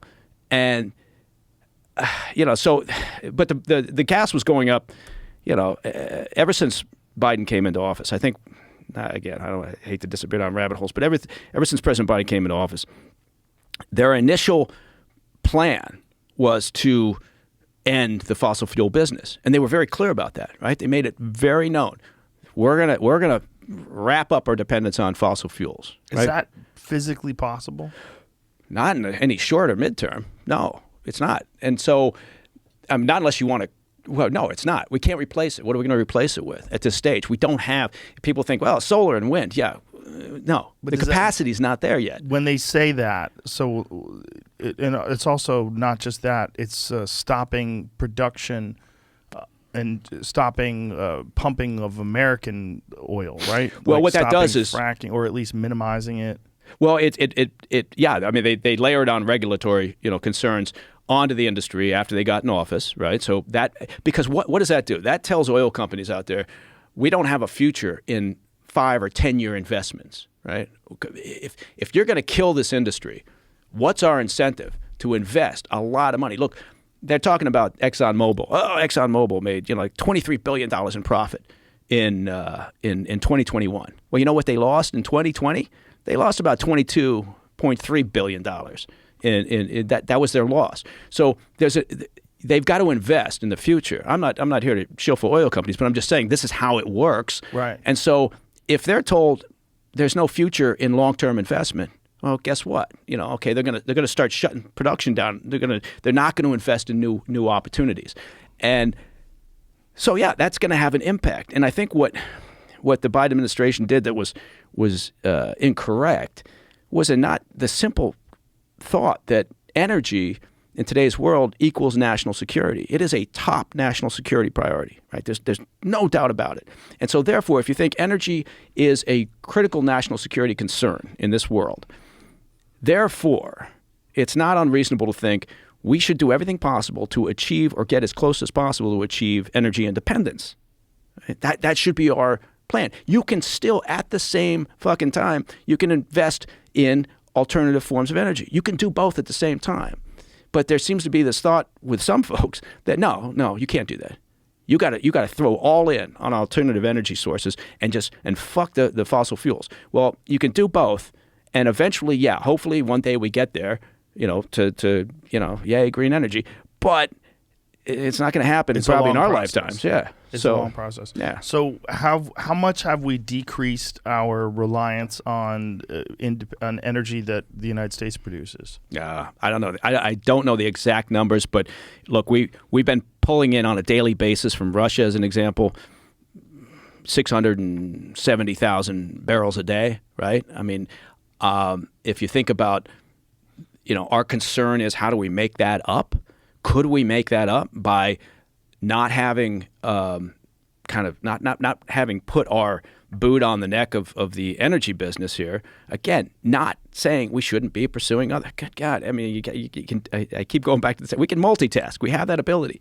In fact, oil companies spend a great deal of money researching alternative fuels because it's a capitalist motive. They understand that if they can get there, they're going to make money, right? Right. And so it's like battery development. Whoever develops the next best, smallest battery is going to win. So, it shouldn't be that hard to assume. But the problem is we send people to Washington who then just throw shit on the wall, right? Because it seems like a popular thing to say, right? And so the next thing you know, we're talking about, let's do a windfall tax. Maybe and now there's some talk about we should, price cap. How about we cap the price of gas so that we're going to set price controls, and so you can't charge any more than this. And we tried that, right? And the problem is some of these people that are up in Washington, D.C. aren't old enough to remember. But in the 70s, right, they had price controls on gas, which we also had long lines for gas, and we had all sorts of problems in terms of gas. And the resulting, it didn't do any good in terms of lowering prices long term. And then they finally released that, and they finally said, okay, take all the price controls off, and prices started to come down because, again, it's a supply-demand, it's a marketplace. And so, again, it doesn't mean you're against eventually figuring out how to get rid of fossil fuels. I think everybody who's reasonable can say, yeah, that's a good, worthy goal.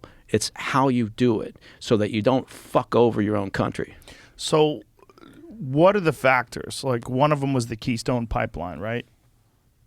Well, yeah, I mean, there's some argument over that because the worry is the environment. That's what I mean. That was one of the things that when the Biden administration came in, a lot of people that are environmentally conscious were very happy because they were talking about the Green New Deal. They were talking about doing things for the environment, preparing for the future of this country, for the future of the children, and not leaving a poisoned, polluted world because a bunch of people were greedy. Right. But what you're saying is that, correct me if I'm wrong, it's much more complicated than that, and that our reliance on oil is kind of absolute. We have a certain amount of reliance on oil. You can't just erase that immediately. And natural gas. I mean, people imagine they're going to plug their electric car in. You got to get that electricity from somewhere right now. Right. And I mean, what about nuclear? Well, and that also causes some heads to explode, right? Because they God forbid we should think about nuclear energy. We're much more capable now than we were 20 years ago of producing safe systems, to produce nuclear energy. But that's again very emotive, right? It's a super emotive subject, and so okay, I get it, but we should be looking at all these things. We can have this, sort of balanced energy approach with a goal eventually of getting rid of fossil fuels. You can do that, but it's sort of that all or nothing simplistic mentality that seems to be in a lot of other areas, not just energy. But anyway, it is interesting. But I think we look at what Europe did and Europe's reliance on Russia for energy. And if you don't think that Putin knew what he was doing in terms of driving, this European dependence on Russian oil and gas, he knew exactly what he was doing. He's considered energy as a weapon for a long time at this point. And so what's he doing? He's being called a war criminal by countries that are in a position where they don't have an option. They got to keep paying him, right? They got to keep putting money in his coffers. If oil is up where it is now, it's over $100 a barrel again. It was up to, 139 at one point. He can afford this military adventurism, right? He can afford to do what he's doing. When oil is down at $35 a barrel, he can't. Because of his dependence on oil and gas, petroleum products as a revenue. When it's like that, so in our minds, we should have been thinking, okay, again, from a geopolitical standpoint, what do we have to do to ensure our national security, the security of our allies, and everything else? That's a part of it. That's a factor that we should be thinking about. But man, we didn't. So, fuck it. So, boy, fuck it. Yeah. How does this end? This is what's disturbing to someone like me who doesn't know shit. When I'm looking at this, I'm going, how does this guy get out of this? Like, if he really did make a massive miscalculation, he thought that Ukraine would fall quickly, and there's talk of I don't know how many Russian troops have been killed, but that's a good point. We talk about intel and sort of lack of intel. Mm-hmm. Intel estimates are anywhere from a couple thousand to 10,000. Right, which that gap. Anytime you look at a gap like that in intel assessments, whether it's that or whether it's how far are the Iranians away from breakout in terms of creating a weapon, and it says a month away or 12 months away. What that tells you is that your intel sources, really solid intel, are lacking, and you need to tighten that up. But Russian troops killed. Some estimates are hovering around 7,000 or so, but yeah, you got to take that with a grain of salt because the intel's not really there. That's a lot, though. It's a lot. It's more than I mean, think about it. He committed about 200,000 troops to this invasion, and if he's lost 7,000 to 10,000 already, including a handful of top commanders, right? So Really? he's had generals killed in the field, right? I mean, that's an astounding thing if you think just about that alone. He's had, I think, four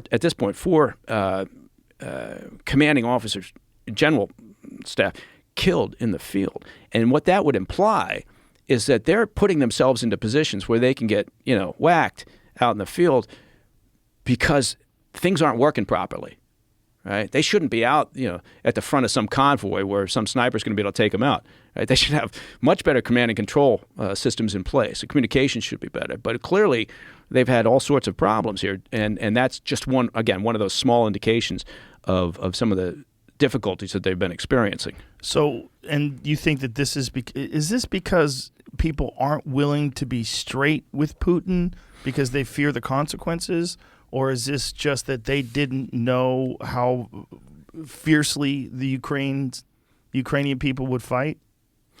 I think at the 30,000 foot level, their risk threat assessments were way off, right? And which is astounding because you think about the ability for the Russians, their intel service and the military, to have assets or information on what's going on in the Ukraine. I mean, that's the long history, the ties between the two, and their ability to place assets in there over the years and to understand what's going on. And you would have assumed that they would have had recon in Ukraine, for months leading up to this, telling them about defensive strategies, about the buildup in the Ukraine. What are they going to be facing? What's it going to look like?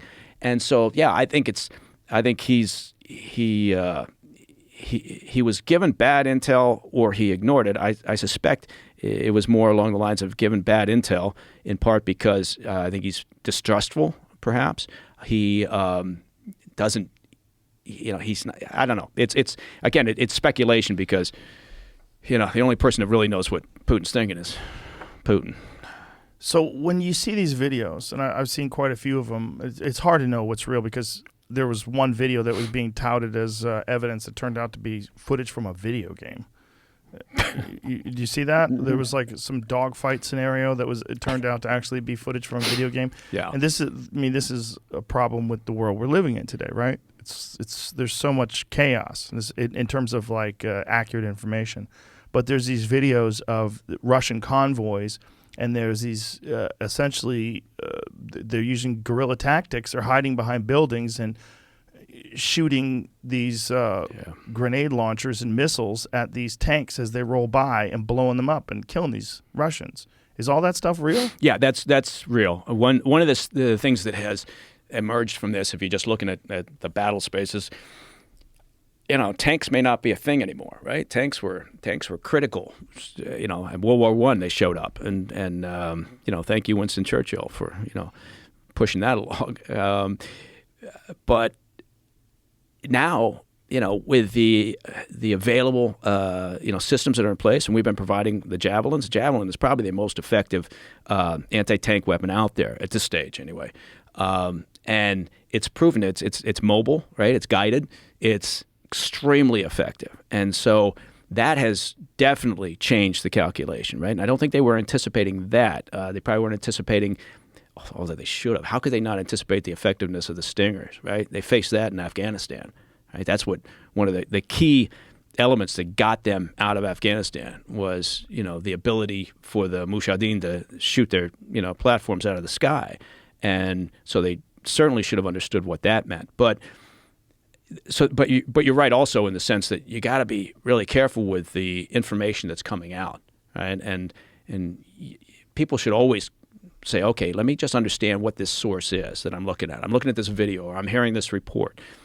is it accurate? Where's it coming from? And that can be tough, right? Trying to trace it back to, is it a legitimate source? But yeah, it's a bizarre world. I mean, we kind of went through watching war on TV, right? During the Iraq 2003 and on, and even before then, the first Gulf War. So we kind of got used to it a little bit, but this is really playing out in social media, and it's really playing out, and it creates emotions, right? And so people start, and that, to go to your point, we were covering it 2 years ago, or Ukraine was covered in an entirely different way, but now because of the way that people get their information, the speed, and that creates this emotion, and so it's a strange fucking world. What do you think Putin thought was going to happen? I mean, when you're driving these tanks down, many miles on a straight road where everybody knows where they're coming from, everybody knows where they're going. Right. Why did he think that would just be a way to do, or why do these generals or whoever is in charge of making these military plans, why did they think that was a viable option to just drive these convoys of military vehicles and personnel carriers? And fuel tanks or tankers. Well, I'm sure that's the same question Putin probably asked his generals before he let them go. Is he letting them go, or is he putting them in the same place where they put Jack Ma for a few months? Yeah, exactly. I think he's putting someone under house arrest. It's a very good question. The Russian military was supposedly going through a professionalism, sort of this upgrade over the past decade and a half or so. It doesn't appear to have worked very well. He's got a lot of apparent issues with the training, certainly experience, right? They got a lot of young people who got into the military. They haven't been in combat. They certainly haven't been in urban combat, which is the most fucked up situation. And so he's dealing with a lot of issues. But you're right. You would have imagined that the planning, and I think that's one of the reasons why you're starting to see, again, if we can believe a lot of the anecdotal evidence, why you're seeing this starting to bubble up a little bit through the command structure and through the elite. And we have to hope that continues, because ultimately, what's going to get them to back off is, unless there's some miraculous peace deal because he finally says, fuck it, we're not going to win, is sort of the Russian population, the elites, and the military command basically finally just saying enough's enough. This is too fucked up. We can't back this horse anymore. And maybe we get there. It's probably not going to get there anytime soon. But it's one of the things we should be doing is just driving information into the Russian population, right? Giving them the visuals, not propaganda. All we got to do is show them what's happening, right? What do they have access to now? Is he state-run media? Yeah, state-run media. He's shut down really access to everything else. I mean, so they're getting and a decent population of Russia. The older population certainly they seem perfectly content with watching state-run media, and so it's a younger part of the population that you have to hope continues. And look, it's supposedly they've arrested up to 15,000 protesters, right? And God bless those folks. Did you see that video of this woman who is standing in the middle of the square and she holds up this small sign? And then immediately the cops grab her and shove her into a van. Yeah, there's a number of incidents like that. Yeah. It's remarkable in terms of the speed with which they show up on scene, and they know they're going to get arrested. Yeah. But that's what Putin, just like with Xi, what's Xi most worried about? He's worried about public unrest, right? He's worried about that massive population, thinking, oh, fuck this. Right. And so that's, and look, with Putin, he wants everyone to believe that, he's doing this because he's trying to protect the Russian people and he's trying to protect Russian sovereignty. And so there was this thought, well, oh my God, we did this. We created this problem because we were enticing the Ukraine into democracy, and we were doing bullshit. The only thing that was a threat directly to Putin's power. That's all it was having a successful democracy in Ukraine, and incrementally, slowly getting past the corruption issues and becoming more and more of a successful democracy. That poses a threat to Putin's control, his own control in the situation. And he doesn't, so when he talks about a sphere of influence, it's in part, yes, in his mind he's thinking about the Soviet Union and I'm keeping NATO at bay. But really, what he's thinking about is I don't want fucking successful democracies on my western flank. Is it that? But is it also that if Ukraine joins NATO, then NATO can park their weapons in Ukraine? Well, this is the bizarre part too. Is like nobody was going to invite Ukraine to join NATO. It wasn't. No, it wasn't that. And so, which is why it's an easy ask, right? Which is why Zelensky's now said, well, we just have to realize that the door's not open to join NATO. I mean, that wasn't going to happen anyway, right? It wasn't? So no, that's because that's all we keep hearing. Yeah, but underneath the whatever public discourse may have been taking place, and the idea that Ukraine was becoming more of a democracy, and they were tamping down to corruption, and maybe eventually they get the NATO countries, being very pragmatic, were looking at it and going, yeah. Ukraine is different. Ukraine's different than Poland. Ukraine's different than the Czech Republic, right? On that border, right? Because the history of Ukraine with Russia, right? And so there's a tacit understanding that that's not going to end well. We don't want to put Ukraine in a position to bring them into NATO. So again, who am I? I'm not running the world, but I would argue that wasn't going to happen. And but. Again, I think with Putin, it was simply this presents a challenge to my authority, and fuck it, I want to be president until 2036. So you think it's just entirely because if Ukraine succeeds as a democracy, and if it becomes less and less corrupt, and the democracy becomes more and more established, that somehow or another could trickle into Russia? Yeah, and there was also little to zero chance that we were going to place key strategic weaponry inside Ukraine. Now, I mean, that idea is also because people look at it from a certain perspective, which is, that might be a bridge too far. In the previous world, before this invasion, they would have looked at that as that's too escalatory. That's taking things a bridge too far for, so we want to maintain a balance. We understand that would, send Putin over. So we're not going to do that either, right? So I think there was this pragmatic understanding of where Ukraine was going to be. They were perfectly happy to keep pushing them and trying to get them to be more and more, aligned with the West. But I think there would have never been that moment where they said, okay, and now you can join NATO. And guess what? Here's some missile systems that we're going to place in that we know for a fact will be a provocation to Putin. Why do that? So one of the things that I read recently was that Putin had established a certain amount of parameters that need to be in place for them to pull out of Ukraine. One of them was that they agreed to not join NATO. That was something that had been expressed. Mm-hmm. Do you think that's because now that he's invaded Ukraine that the NATO countries might look at it as an opportunity to try to have Ukraine join NATO now, and that's where this narrative is coming from? No, I think it's just he wants it in writing. For whatever that's worth, I guess nowadays. But I think he wants it, and because look, it's in their Constitution, about the opportunity to join NATO. He wants that removed, and he wants it clear in any potential agreement that they're not going to. I think that's the easiest ask that you can put on the table for Zelensky, right? The hard one is the demilitarization of Ukraine, right? Yeah, and I think that can be met by agreeing not to deploy certain weapon systems into Ukraine, right? It's not going to mean the dismantling of a Ukrainian army. I don't think that they would ever get to that point. I don't think that's going to be possible as an agreement. But so there's a way this could work, but both sides are going to have to give up something, right? And there's no way otherwise we're going to get any sort of ceasefire and peace deal here. And the idea should be we're looking to de-escalate, right? Nobody wants, as people always say now, nobody wants a shooting war with Russia, right? That makes perfect sense. Right. But I think, we have to be realistic about this. And so as distasteful as it is, Zelensky's going to have to give up certain things.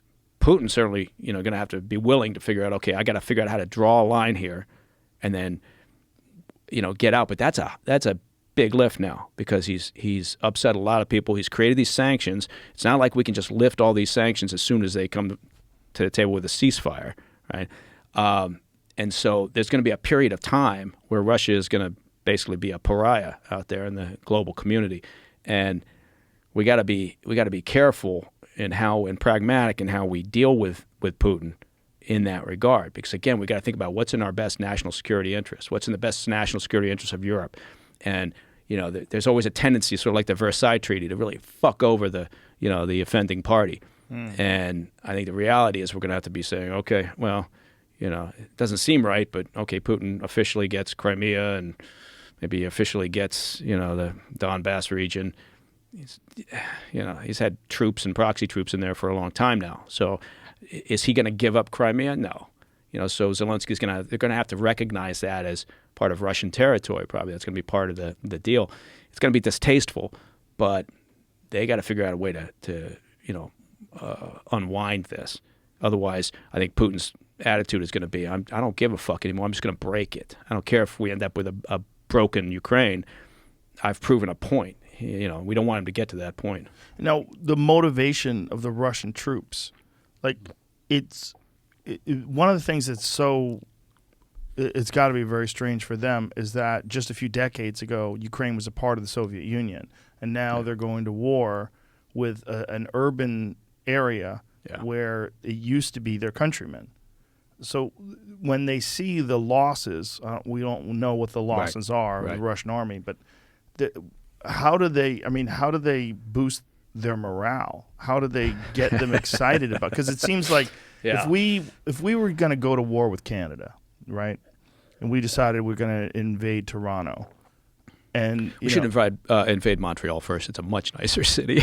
I like both places. They're both nice. I shouldn't say anything about that. Yeah, I'm a big fan of both places. Yeah, but that's bad because Montreal was never a part of America, right? Maybe like if we invaded fucking Alaska. Whatever, you know what I mean? Something along those lines, something crazy where they're just a few decades ago were our countrymen. Right. That's got to be a very strange ask for these Russian soldiers. And there's a lot of stories that have come out about statements from some of the captured Russian soldiers talking about how they didn't even realize they were doing anything other than a training exercise, a long-term training exercise on the border, and then the tanks start rolling in. So. Yeah, it's one of those things in terms of intel. How bad is the morale? Well, we don't really know. We have to piece together everything we can and make a determination about that. There's a lot of talk right now because it's a good narrative to say that the Russian military is collapsing because these soldiers they're young, they're disheartened, they're walking away. But that may be true. But it doesn't take into account what they're still willing to do, right? And what they're willing to put up with. And what the command staff is willing to do and instruct them to do. So, everything has to be taken with a bit of a grain of salt. But yeah, it's look, you look at the history of these two countries. I mean, go back to, who is it, Abramovich, Roman Abramovich, who owns Chelsea Football Club. He's handed over control of it now because I think he reads some of the writing on the wall in terms of his assets. But I think his parents, if I'm not mistaken, I think Abramovich's parents still live in Ukraine. Jeez. Right. So he comes out and says this is not a good idea. We shouldn't be doing this. He's talking from a very personal place, right? Putin looks at that and goes, "Fuck you, buddy." So you can see why there'd be anger there, right? Yeah. But and also it's fascinating. It's always more complex than what we hear. It's always more complex than the headlines or the stories, and it's all this interconnectivity. And the reason why the reason why people are doing what they're doing, it's fascinating shit. It is fascinating shit. But like one of the things that fascinates me about the oligarchs is why are they going after those guys? Are they going after those guys because they have influence over Putin, and that the more those guys get their money taken away and their assets taken away and get their bank accounts seized, that this will somehow or another make these incredibly wealthy people less supportive of Putin? Yeah, because he needs them in order to. Is that what's going on? Well, it's the idea being is that they, the more uncomfortable they are, the more it hurts them. The more likely they are to pressure, Putin into changing his strategy, his thought process, coming to the table, doing some sort of ceasefire. So I think that is a big part of it, right? Do they have influence over him at all? Well, there are indications that it's Listen, it certainly was, right? So it's decreasing the more that they come out and say something, not again negative directly against Putin, but against this invasion. So you'd have to argue that Putin at a certain point is going to think, yeah, fuck you, I don't mind the sanctions on you. Look, financial sanctions have never really worked on Putin anyway. So it's one of the few things we can actually do. It's the leverage that we've got, and so I think it's important to do it, but. And a lot of corporations have been taking it upon themselves, right, to pull out or to not do business. The oil companies are saying, "Fuck it, we're not." And they pulled out before the White House took any action. So it has a cumulative effect, but not in the short term, right? And this is a process, and so it's dissatisfying to a lot of people who say we should be doing more, right? And there is a fair amount of aid being provided to them. But in typical Washington fashion, everybody focuses then on the MiGs. It becomes the narrative, becomes the story. If we could just get them the MiGs, we'd solve this problem. Right? Well, I hear people talking about a no-fly zone, that we need to enforce a no-fly zone. And then I've heard other people going, you don't know what you're asking for, because you're literally asking to enforce that, which means if America enforces a no-fly zone, that means America is going to shoot down jets that violate the no-fly zone. Right. That's war. Right. I'm on board with that. It's one of those, even doing it for humanitarian corridors, right? People imagine somehow that it's a tidy process, and it's not. I mean, you pointed out it's a major goat rope, right? If we do something along those lines, and the chance for direct conflict is massively increased. And even if it's just it doesn't matter whether it's NATO or whether it's us, we're all in the same shitstorm then at that point, theoretically, right? And maybe Putin, one of his calculations is, I don't know, is NATO really going to push? It's 30 countries. I think one of the things he was looking to do was try to identify if there are any cracks in NATO as well. So, they're staring at everything that NATO and the U.S. does and saying, where's the weakness here? Do we have some weak links? Do we have some countries and there are a handful of countries now calling for a no-fly zone from NATO, right? I think Lithuania, the Baltic states, basically. Yeah. Because why? They feel the most threatened, basically. And so, I think it's, you talk about what's a bridge too far. I think that's a bridge too far. I think, we do not want to engage in that game, because that I don't think ends particularly well. No. Yeah. No, that sounds terrifying. That's one of the crazy things about mutually assured destruction, right? That all war is sort of like a slap fight. It's like, you know what I mean? Like you don't necessarily throw leg kicks and head kicks and pick each other up dump each other on your head. Yeah. You're agreeing to just slap for a little bit. Yeah. And then at some point somebody gets really pissed off, and then it all falls to shit. And then they tighten up a fist, and then next thing you know, it's snot takedowns and yeah. I mean, it seems like with mutually assured destruction, because of the nuclear power, it seems like, how do you negotiate your way around that? How do you get out of that while you're actually killing people? Because they're actually shooting missiles into apartment buildings. We're seeing the destruction. We're seeing the real consequences of war. I mean, I watched a video. It was horrible, of these, it looked like old ladies, like a house coat, that were outside this apartment building that were blown apart. And these people were screaming and crying, and the dust was in the air, and they'd just been hit by missiles. And they've literally rebelized Mariupol, right? Which is strategically as important from their the Russian military's perspective, right? And we have this you hear the politicians talking. Well, is it a war crime? I don't know. Is it a war crime? We're going to have to gather evidence, and we're going to have to take it to the international court, and we have to decide.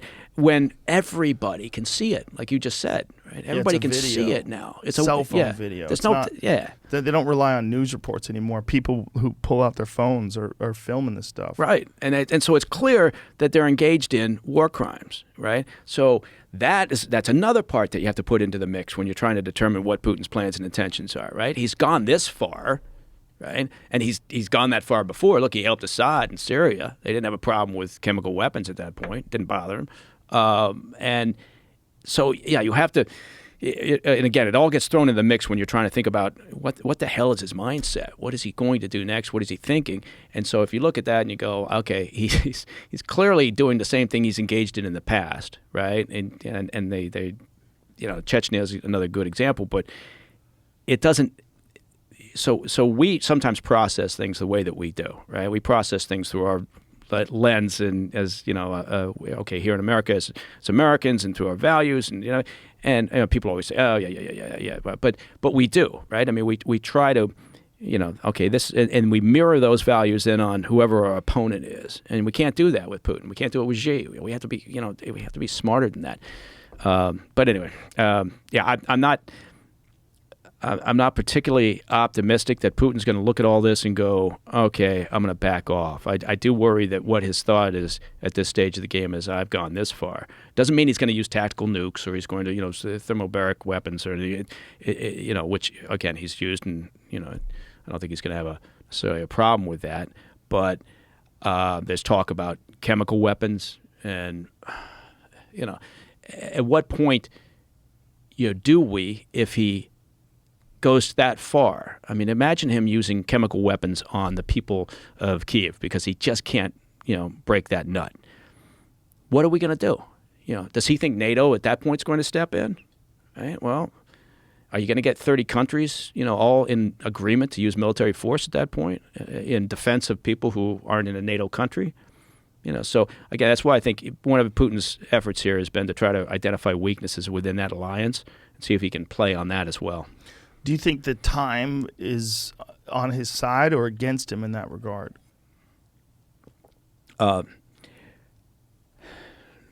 It depends on the Russian people. I hate to say it, but I think this is my speculation. This is my opinion. Time is from just a crushing the country and breaking it militarily. Time is on his side, right? If we kind of have drawn the line where we're willing to provide assistance, and we say, okay, this is it. We'll continue to provide aid packages of some military assistance, and maybe we'll ratchet up. There's not much else we could do on the sanctions side, but we'll ratchet up some more sanctions.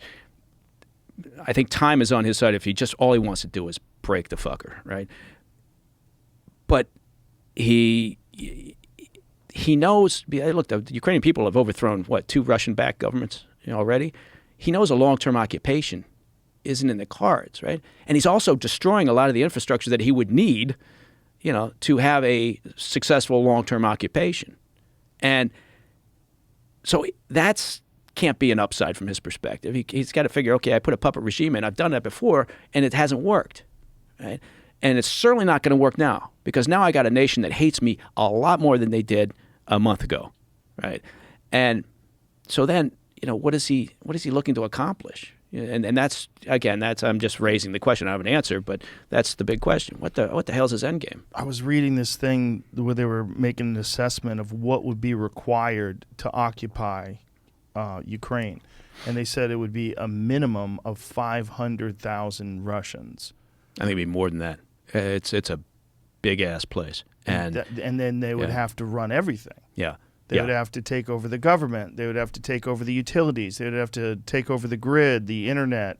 Yeah, and that's why I say, does his command staff, do they realistically believe that, and going back to your question before and your point before, which is, okay, so what was he thinking? What did he think was going to happen? Again, I think the assessments were so far off base, but they honestly believed they were going to get much more support from the Ukrainian people than they imagined. They thought the Ukrainian people were going to support a military invasion. Yeah, I think that was an assessment. I mean, again, in part because they thought, well, they'll be far more docile than they are, because there is some history there, obviously, and there's a lot of mix, right? A lot of family with family in Russia, a lot of Russians with family in Ukraine. And I think they just imagined somehow that it was going to blend, and that's just a failure of intelligence gathering and understanding, risk versus gain, and I think so. That was a real problem, and they assumed that, okay, we'll be into Kiev, we'll get rid of Zelensky, we'll have a puppet, regime in place probably within the first week, and Bob's your uncle. No one's going to do anything about it because nobody did anything about Crimea, nobody did about Georgia. The world pretty much left him alone in Chechnya. So, they were basing it to some degree on past actions. Why do you think it's so different? Why do you think they were so successful in Crimea and Chechnya and Georgia? Like, why did that happen so easily? Because Crimea it's very important in access for oil and natural gas. Yeah, Black Sea port. Yeah. That's a great question. To be honest, I don't have a real good answer for what has changed. What was the difference? In part, it was the size of the operation, right? They're calling it a military operation. I can't believe I just said operation. The size of the invasion. And I think there was a sense with Zelensky that, look, it wasn't going to happen because there wasn't a Russian-backed sort of puppet regime or a regime in place that was supportive of Russia. And so that had a lot to do with it as well. The current government under Zelensky is not inclined and hasn't been inclined, right? And they don't view themselves as controlled by the Russians. In fact, Zelensky was put in place because for the very reason that they were going to, advance the ball with the West and, create more of a relationship there. That's what the people wanted. That's why they threw out the last president, and because they didn't like the fact that they were getting closer and closer to Russia. So, and the last president was, you said they were waiting to reinstate this guy? Well, that was a possibility because there was, intel that he'd moved to Minsk, right? So he was going to be sitting in Belarus waiting. And then once they got to Kyiv, they just, he shows up. And somehow, if that was the case and that was who they were going to pick, I mean, it does seem insane that you're going to install the previous guy who was thrown out. But, again, if you think that their assessments were so bad, maybe that was the case. So in 2014, what went down? Like, what was the rebellion? It literally was a massive uprising from people. It was just it started as street protests over a handful of things: corruption, ties to Russia, increasing ties to Russia, efforts by that regime at the time to back away from the West, and it was a kind of a remarkable series of events, but it was a popular uprising, which is remarkable, right, in a sense. And that's what you would like to think possibly could happen in Russia, where people are saying, no, you know what, we don't want to return to the breadlines here. We don't want to be isolated like this. We went through that long enough. We didn't think that's the way Russia was going. But Ukraine didn't have an established ruler like Putin, who's been in there since '99. Like, how would anyone outside of an assassination, how would anyone take over? I mean, so he must be terrified of assassinations or extremely paranoid at this point. Putin. Yeah. Because he's done it. Yeah. There's, he's done you think about it. Allegedly. I think Sergei Skripal, I think Litvinenko, I think Navalny, I think they'd all think it's more than alleged, but they, he's never had a problem with reaching out and terminating political opponents wherever they happen to be. Right. And the favored method has always been poison, right? And so polonium-210 with Litvinenko. And so I think he's increasingly isolated, which causes problems for us because you do have to then figure out, okay, what information is he getting? How good is the information he's getting? And is he making decisions based on sound intelligence and information? Is he getting, somewhat paranoid? And there's been some reporting that, he's fired a lot of his staff and brought in. Who the fuck does he bring in? He brings in other people. I have no idea. His cousins, his kids.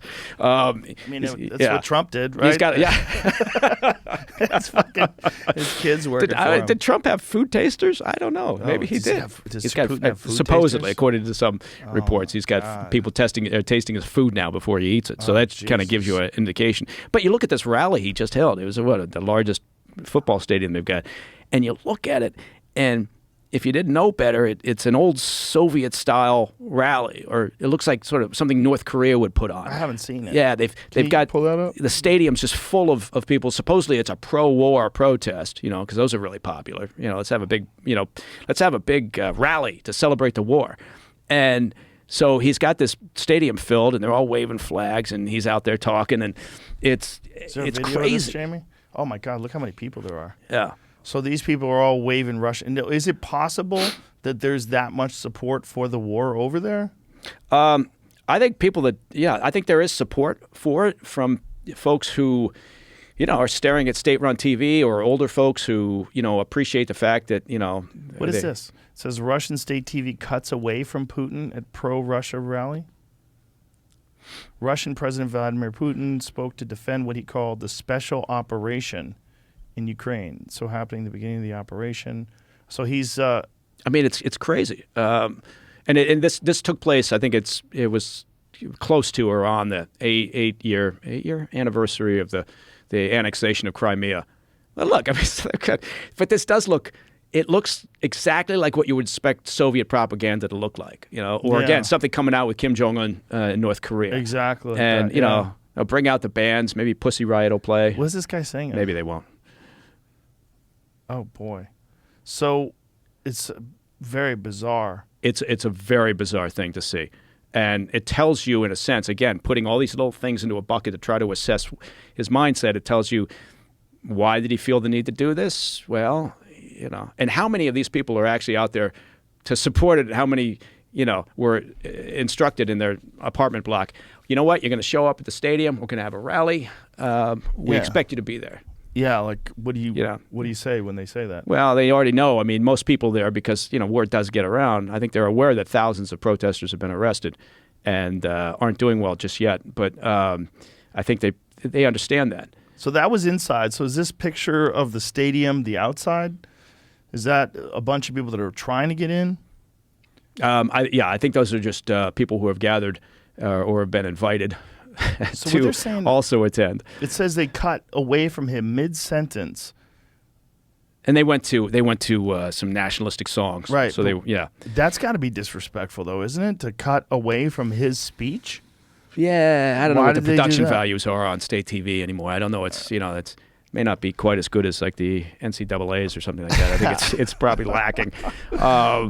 But it's just a bizarre indication of the situation over there right now. And you would, again, but it's hard to read, right? We'd like to imagine, because we imagine what we would do. We'd like to imagine, or would hopefully do. We imagine that the Russian people will get out there and say, no, this isn't right. But there's a lack of information. So I think we need to, one of the things that we should be doing, hopefully we are, is trying to pump accurate information into the Russian population. Right, they might not have access to this. So they might not be even understanding what's going on in the rest of the world. There's a lot of folks, and there's, again, it's stories of you talk to people in the Ukraine, and they've got relatives in Russia, and the relatives in Russia are going, well, we're trying to beat back the neo-Nazis who are killing Russians in the eastern part of the country. And you think, okay, that's your story? But that's what's being fed on national TV or state-run TV. And so in the old Cold War days, we had Voice of America, right? I think we need sort of a Voice of America on steroids, delivered very quickly, so that we're getting accurate information, so that they can kind of see what. We don't need to do propaganda. All you got to do is show what the fuck's happening and what they're doing, and at least give them that opportunity to see what is going on. Easier said than done, but it's an important part of this exercise. It's a traditional covert action campaign, right? Just like we tried to do in the Cold War, to let them know what the hell's happening in the rest of the world. How do they get that? I mean, if the internet is down and all they have access to is state-run television, they've got to be suspicious if the internet is down, right? I mean, that's one of the things that I've heard from friends that are Russian, is that Russians don't trust anything the politicians say or anything the news media says anyway. They have a dismissal of anything that's like the standard narrative that they're worried about happening in America. It's one of the things that people say when they talk about the misinformation, that like when CNN lies about stuff and when they withhold information, they worry that we're going to eventually develop this same sort of nonchalant attitude about our mainstream media. Right. I think it's already happening. Right? Yeah. I mean, we talked about that. I think it's that's the danger. And then you have the media here saying, well, it doesn't make sense. Why do they distrust us? Why isn't it? And in part, it's because every outlet now spends more time on opinion pieces and opinion journalism than just reporting the facts. Right. Just someone should dump some money into a network that does nothing but, like the old CNN. They're doing that. Yeah. Supposedly. That's what the new CNN got bought out. And so the new owners of CNN apparently want to reestablish objective journalism on CNN, which is wise because, first of all, there's a market for it. Yeah, and exactly. Second of all, the people that they have giving out opinions, they wouldn't survive if they were on their own. If they were independent, imagine if Brian Stelter had a podcast. How many fucking people are listening to that thing? You know what I'm saying? Yeah, no, this is exactly the problem. It's like the people that you can get to do that job are not the people that people want to listen to. Right, and that would be a great thing if that's the case and CNN is actually able to do that. I mean, you remember when they spent a lot of money on field bureaus and that you knew that, okay, I'm going to turn on CNN because I'm going to get the news. Right? This was a long time ago, it seems, but that's what you did, and I agree with that. I think there's a market for it. I think people, if you just tell them what the fuck's going on and you don't try to tell them how to think about it, exactly, it's not a bad thing. People have a hunger for that, and that's one of the reasons why independent news is thriving now, and they're trying to stifle that. And it's one of the things that people have a problem with also with social media is that independent news sources are being stifled while these corporate news sources are being promoted. Yeah, and it's I mean, I get calls from various outlets, network outlets, and they'll say, "Hey, could you come on like Wednesday or whatever time?" And for some of them, yeah, fine, okay, you want to talk about X, but there are a number of them that will say, "Okay, so what are your thoughts on this? Can we get your talking points on this? Because we're going to have, somebody from." Another, whatever your opinion is, we're going to have somebody from the other side. And you're going to yell at each other for 5 minutes. Yeah, we're going to yell. Yeah. I say, I don't have an opinion. I'm just going to say what seems to be the situation on the ground or whatever it is. And, how about that? And so there's a number of times now where you just have to say, no, I can't do it. I'm not available because it's not advancing the ball. And it's kind of, in fact, it's feeding the beast here, right? It's just like, all I'm going to do is sit there and listen to somebody yell at me, and then I'm supposed to yell at them, and nobody learns anything. Well, here we are. We're 2 hours plus into this, and there's been no commercials, right? So we're just talking. And when you realize that, when you're going on one of these other shows, they're so handicapped by the format that they exist in, where they have an hour to do the show, and in between segments, you're gonna have to pause for a commercial. You have to interrupt the conversation. You have to come back and pick up, and usually you've got a whole new subject when you come back. Yeah. So you get a cursory examination of each individual topic, and it's all based on having people argue. So you got 3 heads. There's the sometimes more than that. I love when they have the Brady Bunch thing where they got like 4 or 5 or 6 people up there, and you each get 10 seconds. Whose idea is that? It's so stupid, especially when you're dealing with something that's as complex as any sort of international action like what we're handling now. Yeah, well, if you're talking about, Syria was a good example. They did a lot during when ISIS was raging and rampaging, and so they say, okay, we got about 3.5 minutes. Okay, so you got about 3.5 minutes to talk about a very complex situation, and then you figure you've really only got about 1 minute and 20 seconds because the anchor is going to their question is going to last a minute. Yeah. Right? It's never just, well, why is that? Or what happened there? Or what's next? Or who is responsible? Or there's never like a short 1-sentence question. I feel like there's going to come a time in the future where those shows just don't exist anymore. Because they're so limited in the way they can cover complex subjects. And if people want to get information, if you want to get sound bites, that's one thing. But sound bites, I think they're just so inadequate when it comes to something complex.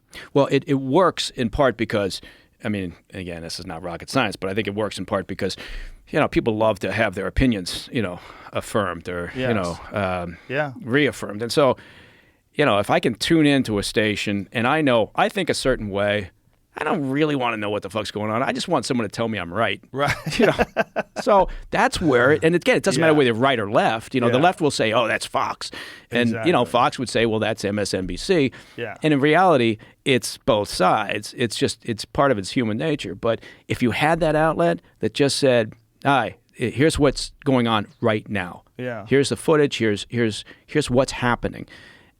And then, I don't need to dive into, well, okay, will you tell me how I'm supposed to think about that? Or have 6 people come on in different boxes on the screen and kind of yell at each other for 20 seconds each, and then I'm supposed to make sense of it. No wonder we're kind of fucked. Right. And there's short attention span, and you try to talk to kids. I mean, I try to talk to the boys all the time about what's going on now, as an example, in Russia, because I want them to understand, right? And I just want them to understand how complex things are, and not to just go to school and they'll hear some kid parrot something that their parents said, and they'll come back and they'll repeat it, and I'll say, well, why do you think that is? So I don't know. I worry that, I mean, again, here I go again. I'm going to talk about one of my kids. My daughter, when she was in university, she got out of university, and we were talking about it shortly after her graduation, and one of the things she talked about was, I spent 4 years, thank God it was only 4 years, 4 years not really saying anything in classes where there would be, conversation, because she's sort of a centrist, right? So she's not hard left, and I mean she's nicely balanced, right? I mean I think she's turned out to be a real smart person, but she just wouldn't open her mouth in conversations in the classroom, because if she had a dissenting opinion, she didn't want to get into it, right? Yeah. And so she just never argued, and she said that was not uncommon. People would just, if somebody was really strong about something or felt really strong about something, fine, just let them go, right? And don't debate it. That's a people talk about it, and so I'm not raising anything new, but it hits home when it's your kid and you've spent all that money on their university education. Well, I think that's a giant chunk of our country when it comes to ideology. That most people are in the center. I had a conversation with someone the other day, and she was like, I would be down with Republicans if they would just drop all the gay shit. She was like, just all that gay stuff, like, leave those fucking gay people alone. Like, it's one of the dumbest aspects of hardcore conservatives. Yeah, absolutely. That they deny gay rights. And I think you're probably not alone. I think there's probably a lot of people that feel that way. There's a lot of people that are in the center on whether it's from left-wing issues or right-wing issues. With left-wing issues, maybe it's trans women in sports, or maybe it's gender confirmation. It's like this "don't say gay" thing in Florida. When I heard that, I was like, "What? What are they saying? You can't say gay? Is that really what's going on?" My God. It turns out that's not what it is. Yeah. It's not what it is at all. What it is ages. It's 1st through 3rd grade. They're saying you're not supposed to talk about sexual orientation, gender orientation, or sexual proclivity, or what you're interested in. Yeah. They said you should just teach math and science and history to little kids. Yeah, just let the toddlers be toddlers, and then you can start ramping up your instruction. And people are opposed to that. But it's like, listen, your teachers are not supposed to be the people that explain gender to a fucking 7-year-old. Yeah. It's just, and who are these teachers? And how do you know what their perspective is? Are they intelligent about it? Are they trying to indoctrinate the child to any particular point of view, whether it's pro-transgender or anti-transgender or anti-gay or pro-gay? They shouldn't have any say at all when you're talking to a 7-year-old kid. I mean, I feel like that is the job of the parents. Yeah. That's the job. I mean, and you hope the parents are doing right. it, but when kids get older and they develop feelings for either the same sex or opposite sex, or they feel like they're in the wrong body, then these conversations should be had by qualified people that can discuss this from a nuanced perspective and understand what the psychology of a young person who's trying to figure out who they are in the world is. But the idea that this is don't say gay. Right. Because you're saying that ages, first grade to third grade, that you shouldn't be bringing up these subjects to them. I think a lot of people are saying, no, I just don't want you grooming my kids for whatever your ideology is. Yeah. Whether it's a right-wing ideology or a left-wing ideology, I want you to teach them fucking science. Yeah. There's teach a responsibility here. Just teach the the coursework. Yeah. That we, as parents, I think, that's what you expected, right? I think one of the things the pandemic did was it kind of showed, because you had to homeschool all of a sudden. We had a nation full of homeschoolers working with their schools, local schools. Then they started to realize, wait a minute, their assignment is what? They got to do what? And so I think it did raise this awareness level. I mean, I agree. Look, one of the funny things about conservatives I've always found is that they talk about freedom and small government a lot of times. Government just got to get out of the way, and then at the same time they want to orchestrate what goes on in the bedroom, and you think, how about you just stay out of all that shit, stay out of all the social shit. Everybody just do that, right? Democrats, Republicans, stay out of all that bullshit. As a government, just focus on the things you're supposed to focus on: national security, infrastructure, treaties with foreign countries. Try not to fuck things up, but otherwise stay out. It's always one of those things where I can see why it drives the left crazy with Republicans, where they just can't help themselves. They keep diving back into abortion. They keep diving back into the gender, the gay issue, whatever it is. I just think, no, how about you just stay out of the kitchen and focus on the big things? But look, it's hard enough to learn history. It's hard enough. Hard enough to learn grammar and the proper use of contractions. Like, Jesus Christ. Proper use of contractions. No, it's true. That's a tough one. All this is like you're teaching fucking 7-year-olds. Yeah. Like, all that stuff is hard enough. And if but first of all, it's not your business to indoctrinate a child into your ideology.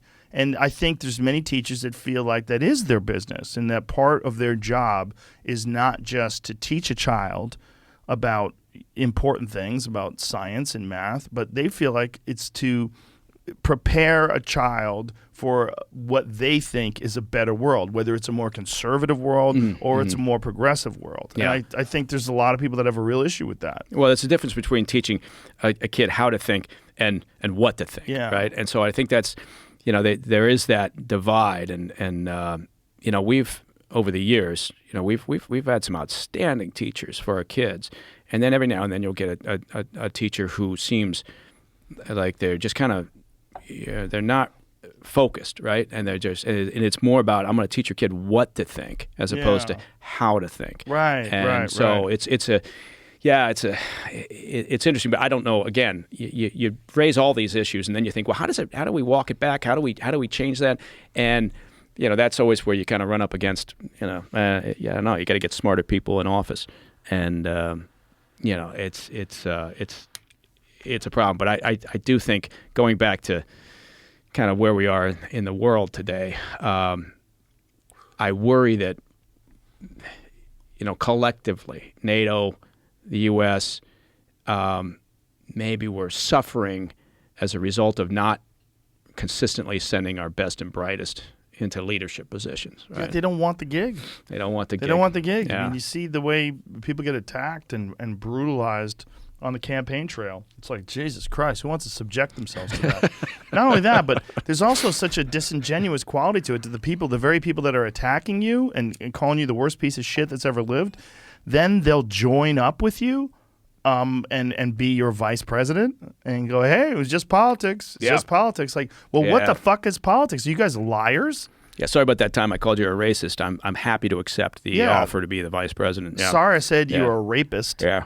I didn't really mean it. I just wanted to fuck you over because I wanted to be the president. Yeah. So now I got second position. I'm willing to support you. Okay. I mean, it's like madness. And also it kills people's trust in what these people have to say. Because I can't believe you now because you already admitted that you lie. Yeah, and I think that's a big problem that the president's having right now is sort of the credibility issue. And I mean, who knows where it's going to go? I don't want to dive into politics necessarily, but you look at the midterms coming up and you look at the presidential election in 2024, and nothing. I'm not particularly optimistic, regardless of where it goes, how it turns out, right? Because we got the same cast of characters for the most part, and we just keep shuffling them around until they get old enough to pass away. There's a few bright lights, not much. A lot of it is business as usual. And I think once a lot of these people that have like great ideas, once they get into the system, they get compromised. And then they realize once they're in the system, like, oh my God, like this is what a fucking mess this is. Well, think about being a congressperson, right? It's a member of Congress, and you're every 2 years, right? So you get in, and 6 months into it, you're being asked to raise money for some of your fellow congressmen, congresswomen, congresspeople, and then you got to worry about your own coffers to get yourself reelected every 2 fucking years. But it's a constant cycle. It never really. It's not like you wait 2 years and then you start up again. You're doing it all the time. You're always raising money, and it seems like a shit job. And so anyway, some people enjoy it. They seem to love it. And you do get a lot of people who are like, I was head of the Young Democrats Club, or I was head of the Young Republicans Club, and now I'm going to be a state legislator, and now I'm going to run for Congress, and it becomes this career thing that goes on. Which again, coming back to term limits, but then it comes back to what you said, which is, well, if you keep rotating this, and you've only got people in office for a certain period of time, it's. Yeah, but then what's the alternative to that? Yeah. Someone like Putin. Nancy Pelosi? Well, Putin, you get a Putin in there. Yeah. And he'll be in office for, I can't do the math on that, but if he's in office till 2036, say. He's never getting out, right? I mean, he doesn't have to leave. Not unless he's driven out. Not unless. Does he have elections? Allegedly? No, not well. They did. They changed it from 4-year terms to 6-year terms, and now it's written basically so that he literally can stay until 2036. So that's again new math, but it's I should have spent more time on STEM. 14 years. 14 years. Another and 14 he'll be years. 73 years old. He's 69. Yeah, 69. Jesus so Christ. what the hell is that? That's 83. And that will have meant 83. That'll have meant 37 years running that country. So at 14, so he's 69 now. So if he's 83, he'll be just older than Biden. Okay, that's a good point. I hadn't thought about it that way. Just older. I mean, because Biden's like 80, right? Isn't he 80? I don't think he's 80 yet. Whatever he is. Yeah. I mean, it's not a good. It's not good. Yeah, it's an old late 70s. He's not going to just release the power, right? So how does this end well? How does this like Russia thing end well? Is there a way that it ends well? Is there a way? Well, the way that ends well is if they, if both sides give up enough, right? And Putin. Now think about this. Putin then has to essentially retreat, move all his personnel, all that hardware out of the country. You got to think about what a process that is, right? And what that's going to look like and what Putin imagines that to look like. So he's going to have to gain some real concessions here from Zelensky in order to, in his mind, I suspect, justify that withdrawal. But I don't think, again, of course, always be wrong, but I don't think that he sees a long-term occupation of Ukraine as an end game here, because it just appears that he's just hell-bent on busting it. And maybe he thinks at that point, if he breaks the will so badly, that he'll walk away and just leave a broken country on his western flank, which is better than a successful democracy getting closer and closer to the West. I don't know. It seems bizarre. He's lost the game already, right? He's turned that country completely against him. I mean, it wasn't necessarily pro-Russian before. It's definitely not now. So what the fuck has he gained? Isn't that what really scares people, though, is that he could be desperate? Well, yeah, and there is that talk that says, well, if he feels backed into a corner, then he'll launch the tactical nukes, or he'll use chemical weapons, or he'll and then the question becomes, what do we do? What do they do if he let's imagine he launches a nuke and kills 100,000 people? Flattens a city. Yeah. Then you say to yourself, okay, what are we going to do in response? What are we going to do? Take troops, go into that country and fight on the ground against, or we're going to launch our own nuke in response. And then when we haven't been attacked, he nukes Chicago or Seattle or Jesus Christ. I mean, look, the response time nowadays. I mean, in the old days, it was. I don't want to say it was easier, but it was in a sense. The attack time calculation was a lot different. in the old days, the Cold War, beginning of the Cold War, whatever, a Soviet bomber takes 5 hours to get into position for U.S. airspace, and that's 5 hours. And then with missile technology, it eventually made its way down to about 15 minutes, less with a sub-launched missile, and so suddenly your attack time, to consider a response, a retaliatory response, was down to minutes rather than hours and hours. And now with the development of hypersonics, right, you're talking about no time whatsoever. You're talking about weapons that can completely evade current existing air defense systems. So mutual assured destruction was in part based on this idea of a retaliatory response, right? So I can go in and I'll have time to respond to your attack. Now, it changes the calculus because it's like now a sucker punch. Yeah, exactly. And so now maybe there's not enough time for it. So it takes that off the table, which is a frightening thought. Which is why the development of hypersonics is so important, and we talked about that before. But it's part of the new theater of war, and that also includes everything, including cyberspace. And Russia has not really, Putin has not launched the sort of cyber attacks I think that people were imagining would take place, right? And there was some talk here in the States thinking, oh my God, we got to be, well, we do have to be prepared. But there was this thought process that he was going to attack the U.S. in a sort of significant way through cyberspace. But that is a definite scenario that can't be ignored at all, right? And we still haven't done enough to protect our systems, both commercial and government. And then also, space and the weaponization of space. So all these new theaters of war, but part of it is also the removal of that mutually assured destruction doctrine, right? And the idea that, look at the Soviet thinking, right? The Soviet thinking back in the 80s, late 70s, 80s, they established a weapon system that didn't need any humans, right, to launch the nuclear missiles, because they thought to themselves, all right, response time is getting to be a problem. What if we lose all our leadership? So they developed a weapons system that if the Soviet leadership is wiped out, the system will essentially go out there, look for that leadership. If it's not there, it will, on its own, send signals to launch the remaining available surviving missiles that are out there. And so it was called the dead hand system, perimeter or whatever. And so but again, that's another important thing to think about when you're talking about Putin's mindset and where he comes from and sort of the development of military strategy and how you act.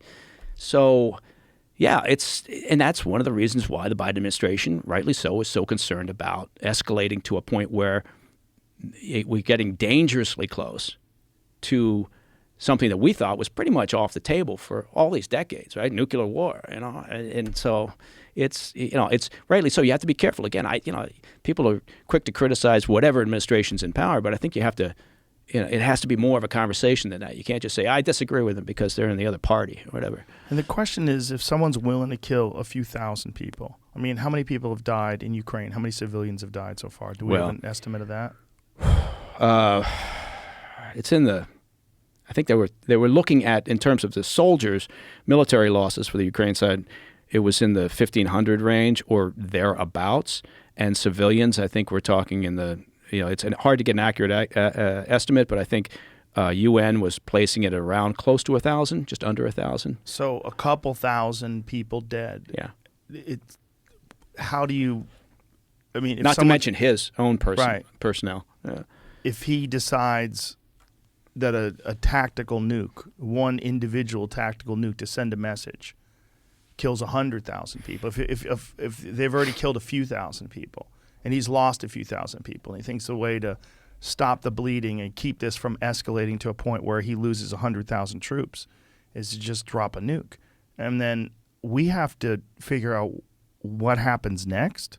Like, imagine a world in 2022, which is so nuts to think that a nuclear bomb could be detonated by a superpower like Russia just to say, hey, right, I'll do this. Right. And what do we then negotiate? What do they do? Well, that's the unknown, right? It's like cyber warfare. We don't know because it's unknown, right? We always had a strategy for nuclear warfare. We always thought we did, right? Because we always kind of placed it on, okay, rational actors out there, right? I mean, there's always the outlier. Okay, what a rogue state gets it or a terrorist group gets one, but we always had it in the back of our minds that it was rational actors, and so therefore this is how it won't play out because people will be rational. Yeah, and now we're faced with this question again, and the question is, if that happens, if he fires a tactical nuke because he's decided again he's just going to break it, he's having a hard time encircling Kyiv, he's not making the headway he wants to, he feels as if he either wins or he's out of power, and he does this, it's the unknown. What are we going to do? Do we think that it's like with China? If China goes after Taiwan, says we're taking Taiwan, do we think that the U.S. is going to get into a shooting match with China to save Taiwan? I'm not in charge, but I suspect there's going to be a lot of debate about that. And by the time we finish that debate in our democracy, maybe it's too late. So I don't know. I mean, I don't mean to bum you out. Too late. Hey, I'm just here to. Jamie's got that. If we want to have a happy ending, then we've got that 30-second trailer for Black Files Declassified on Discovery. Maybe we should end with that because I'm so bummed out right now. Don't be bummed out. I'm not bummed out about your show, but I'm terrified that this is a real scenario. When you're talking about these supersonic weapons that can go faster than the speed of sound, that we really don't have any time to retaliate. They'll hit us before we even realize it, especially if it's coming from like a submarine, right? Yeah. Well, can they shoot something subsonic from a supersonic rather from a submarine? Yeah, there's been all sorts of developments in terms of because you want to be able to hypersonics. You want to be able to use a variety of platforms. Now the thing about it is the thing with submarine launched attacks was it got you closer, right? It got you closer to the target. With hypersonics, it doesn't really matter because of the speed with which they're moving and the ability to evade air defense systems because they're moving in an unpredictable pattern. Ballistic missiles kind of go up, they come down, you can plot the trajectory, and you know how to intercept. Hypersonics don't move that way. They don't move at those predictable speeds, so that's where the attack time is completely, reaction is completely recalculated, and that's where the problem is. And again, we've talked about it before, but that's why it's so important, I think, for people to pay attention to who's doing what. Where are these developments coming from? Where are people spending their money on weapon systems? Why is that important? Why is weaponization of space important? Why is cyber warfare? What are the rules in cyber warfare? We don't have any because it's unknown turf, and we don't know how bad it could get, how quickly it could go south, and so. People are very reluctant to talk about major cyber warfare scenarios. Yeah, it's terrifying. The destruction of the grid's terrifying. The idea that that it's not that hard to take out our entire power grid. Not at all. Not at all. It's no. And that those grids are being tested all the time. Right. And okay, fine. People say, well, we do the same thing. Well, yeah, we do. We're plotting and planning. We're testing, infrastructure in nations that don't have our interests at heart. But China, Russia, Iran, any nation that's got the ability, they every day are testing our systems. And they've been drawing up maps and understanding the weaknesses in the access points. And they've been doing it for years. And they've got playbooks in place already. So if it were to head south that way and suddenly we're in this goat rope, then they just turn to their playbook, they open up to page 1, and they've already got it mapped out because that's what they've been doing. They've been testing our systems for a long time.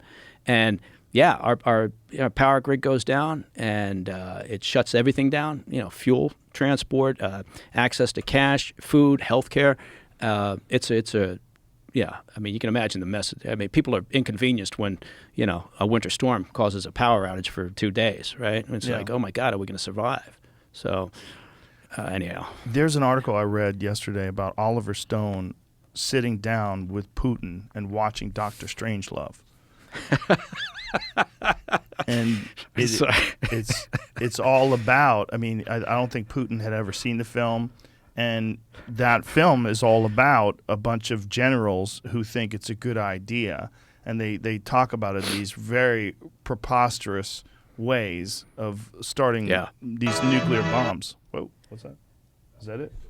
this video of them watching it. Oh, let's see that. Excellent. Yeah. So this is, and by the way, Oliver Stone, who was on, was saying that this, when he was telling us, he was saying that this film, Dr. Strangelove, was based on real live conversations, exaggerated, but real live conversations that generals had during the Cold War about launching a first strike nuclear attack on China or Russia because they're worried about them eventually doing it to us. And Putin says it indeed makes us think, despite the fact that everything you see on screen is make-believe, he foresaw some issues even from a technical point of view. I mean, things that make me think about real threats that exist. This is Putin watching Dr. Strangelove talking to Oliver Stone about, this satirical movie from, I was like 1960 something, right? Yeah, no, it's old Slim Pickens riding the bomb down. Yeah, at the end.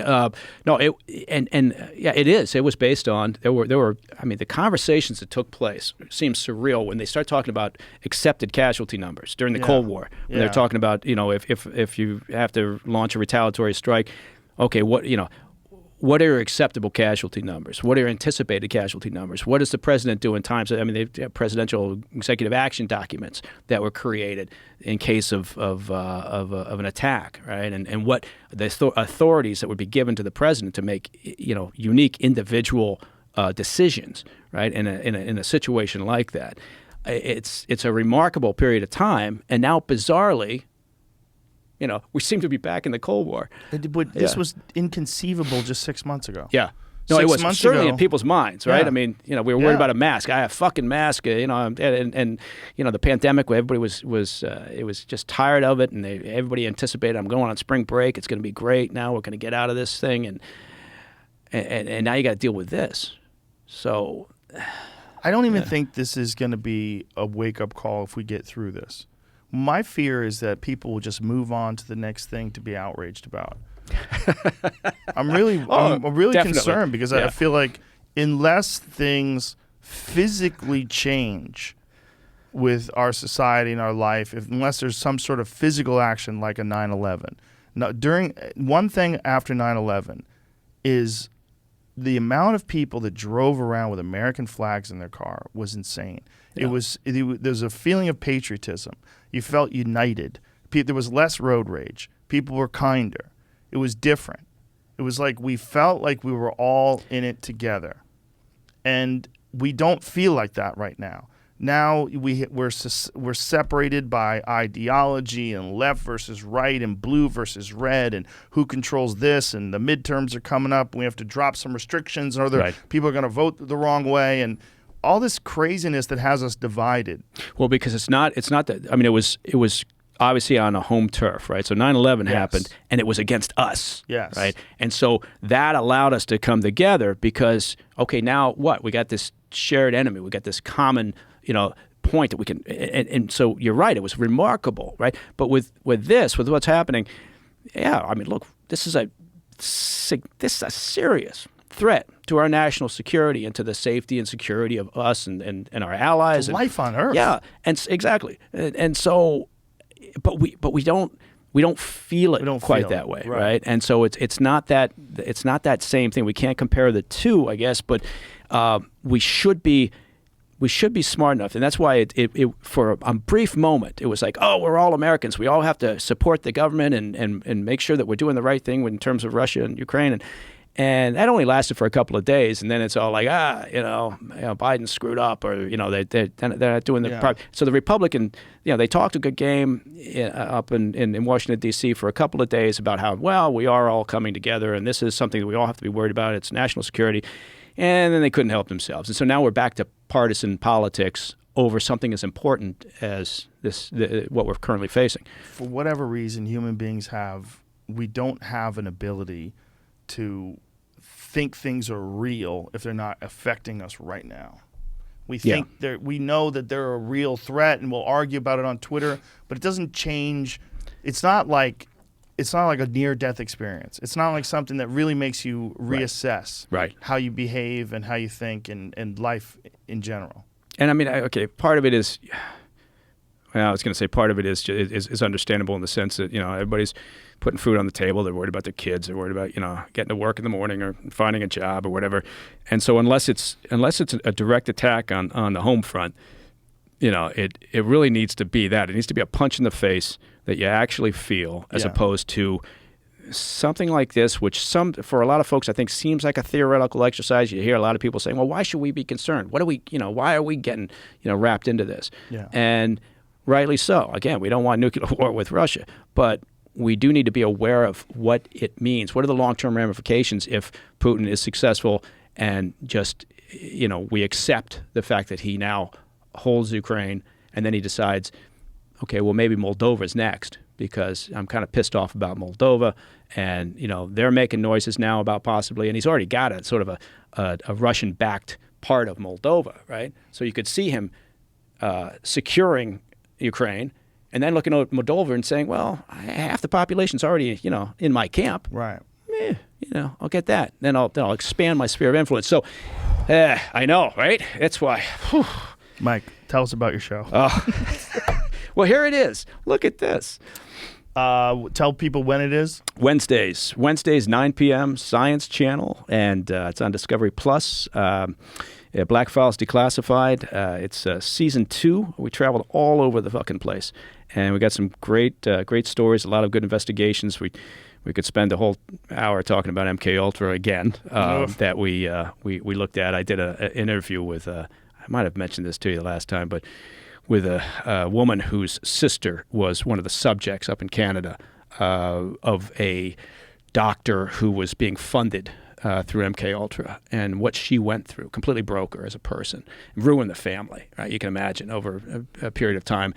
It never got over it. This poor woman was in an institution being essentially experimented on by what was essentially supposedly Canada's leading psychiatrist, and some of their funding was coming from the MKUltra project all those years ago. So and sitting down with this woman who was this lady's younger sister, and she's now obviously much older, and it was just heartbreaking because it really brought it home, right? It was. I mean, sometimes you can look at these things and they go, "Wow, that's fucked up," but to see a person that actually was affected by it was crazy. All right, Mike. We'll end the show with this. Thank you very much. Thank you, man. MB Company Man on Twitter. What are you? You're on the Instagram, right? I guess I am on the Instagram. I don't really know. I don't use Instagram much. But yeah, MB Company Man on Twitter. And I appreciate it, Joe. I appreciate you coming down here, love man. the conversation. I really do. I do as well. Thank you. Bye, everybody. Why was our government investigating the paranormal? That information is still all classified to this day. Whatever was being done was done for mind control. You fully immerse yourself in the enemy. This was by far the most terrifying experience of my life. It's Havana syndrome. There might be something right here. It seems like an effort to keep the public in the dark. That's exactly how psychological operations work. Hello? I wouldn't call this a treatment. I would call it torture. The Soviet Union created a doomsday system. These systems are always learning. They're always developing. Is that an existential threat to mankind? The Navy's already looking at how to use aerial drones to attack an objective. Whoever can master those techniques will rule the world.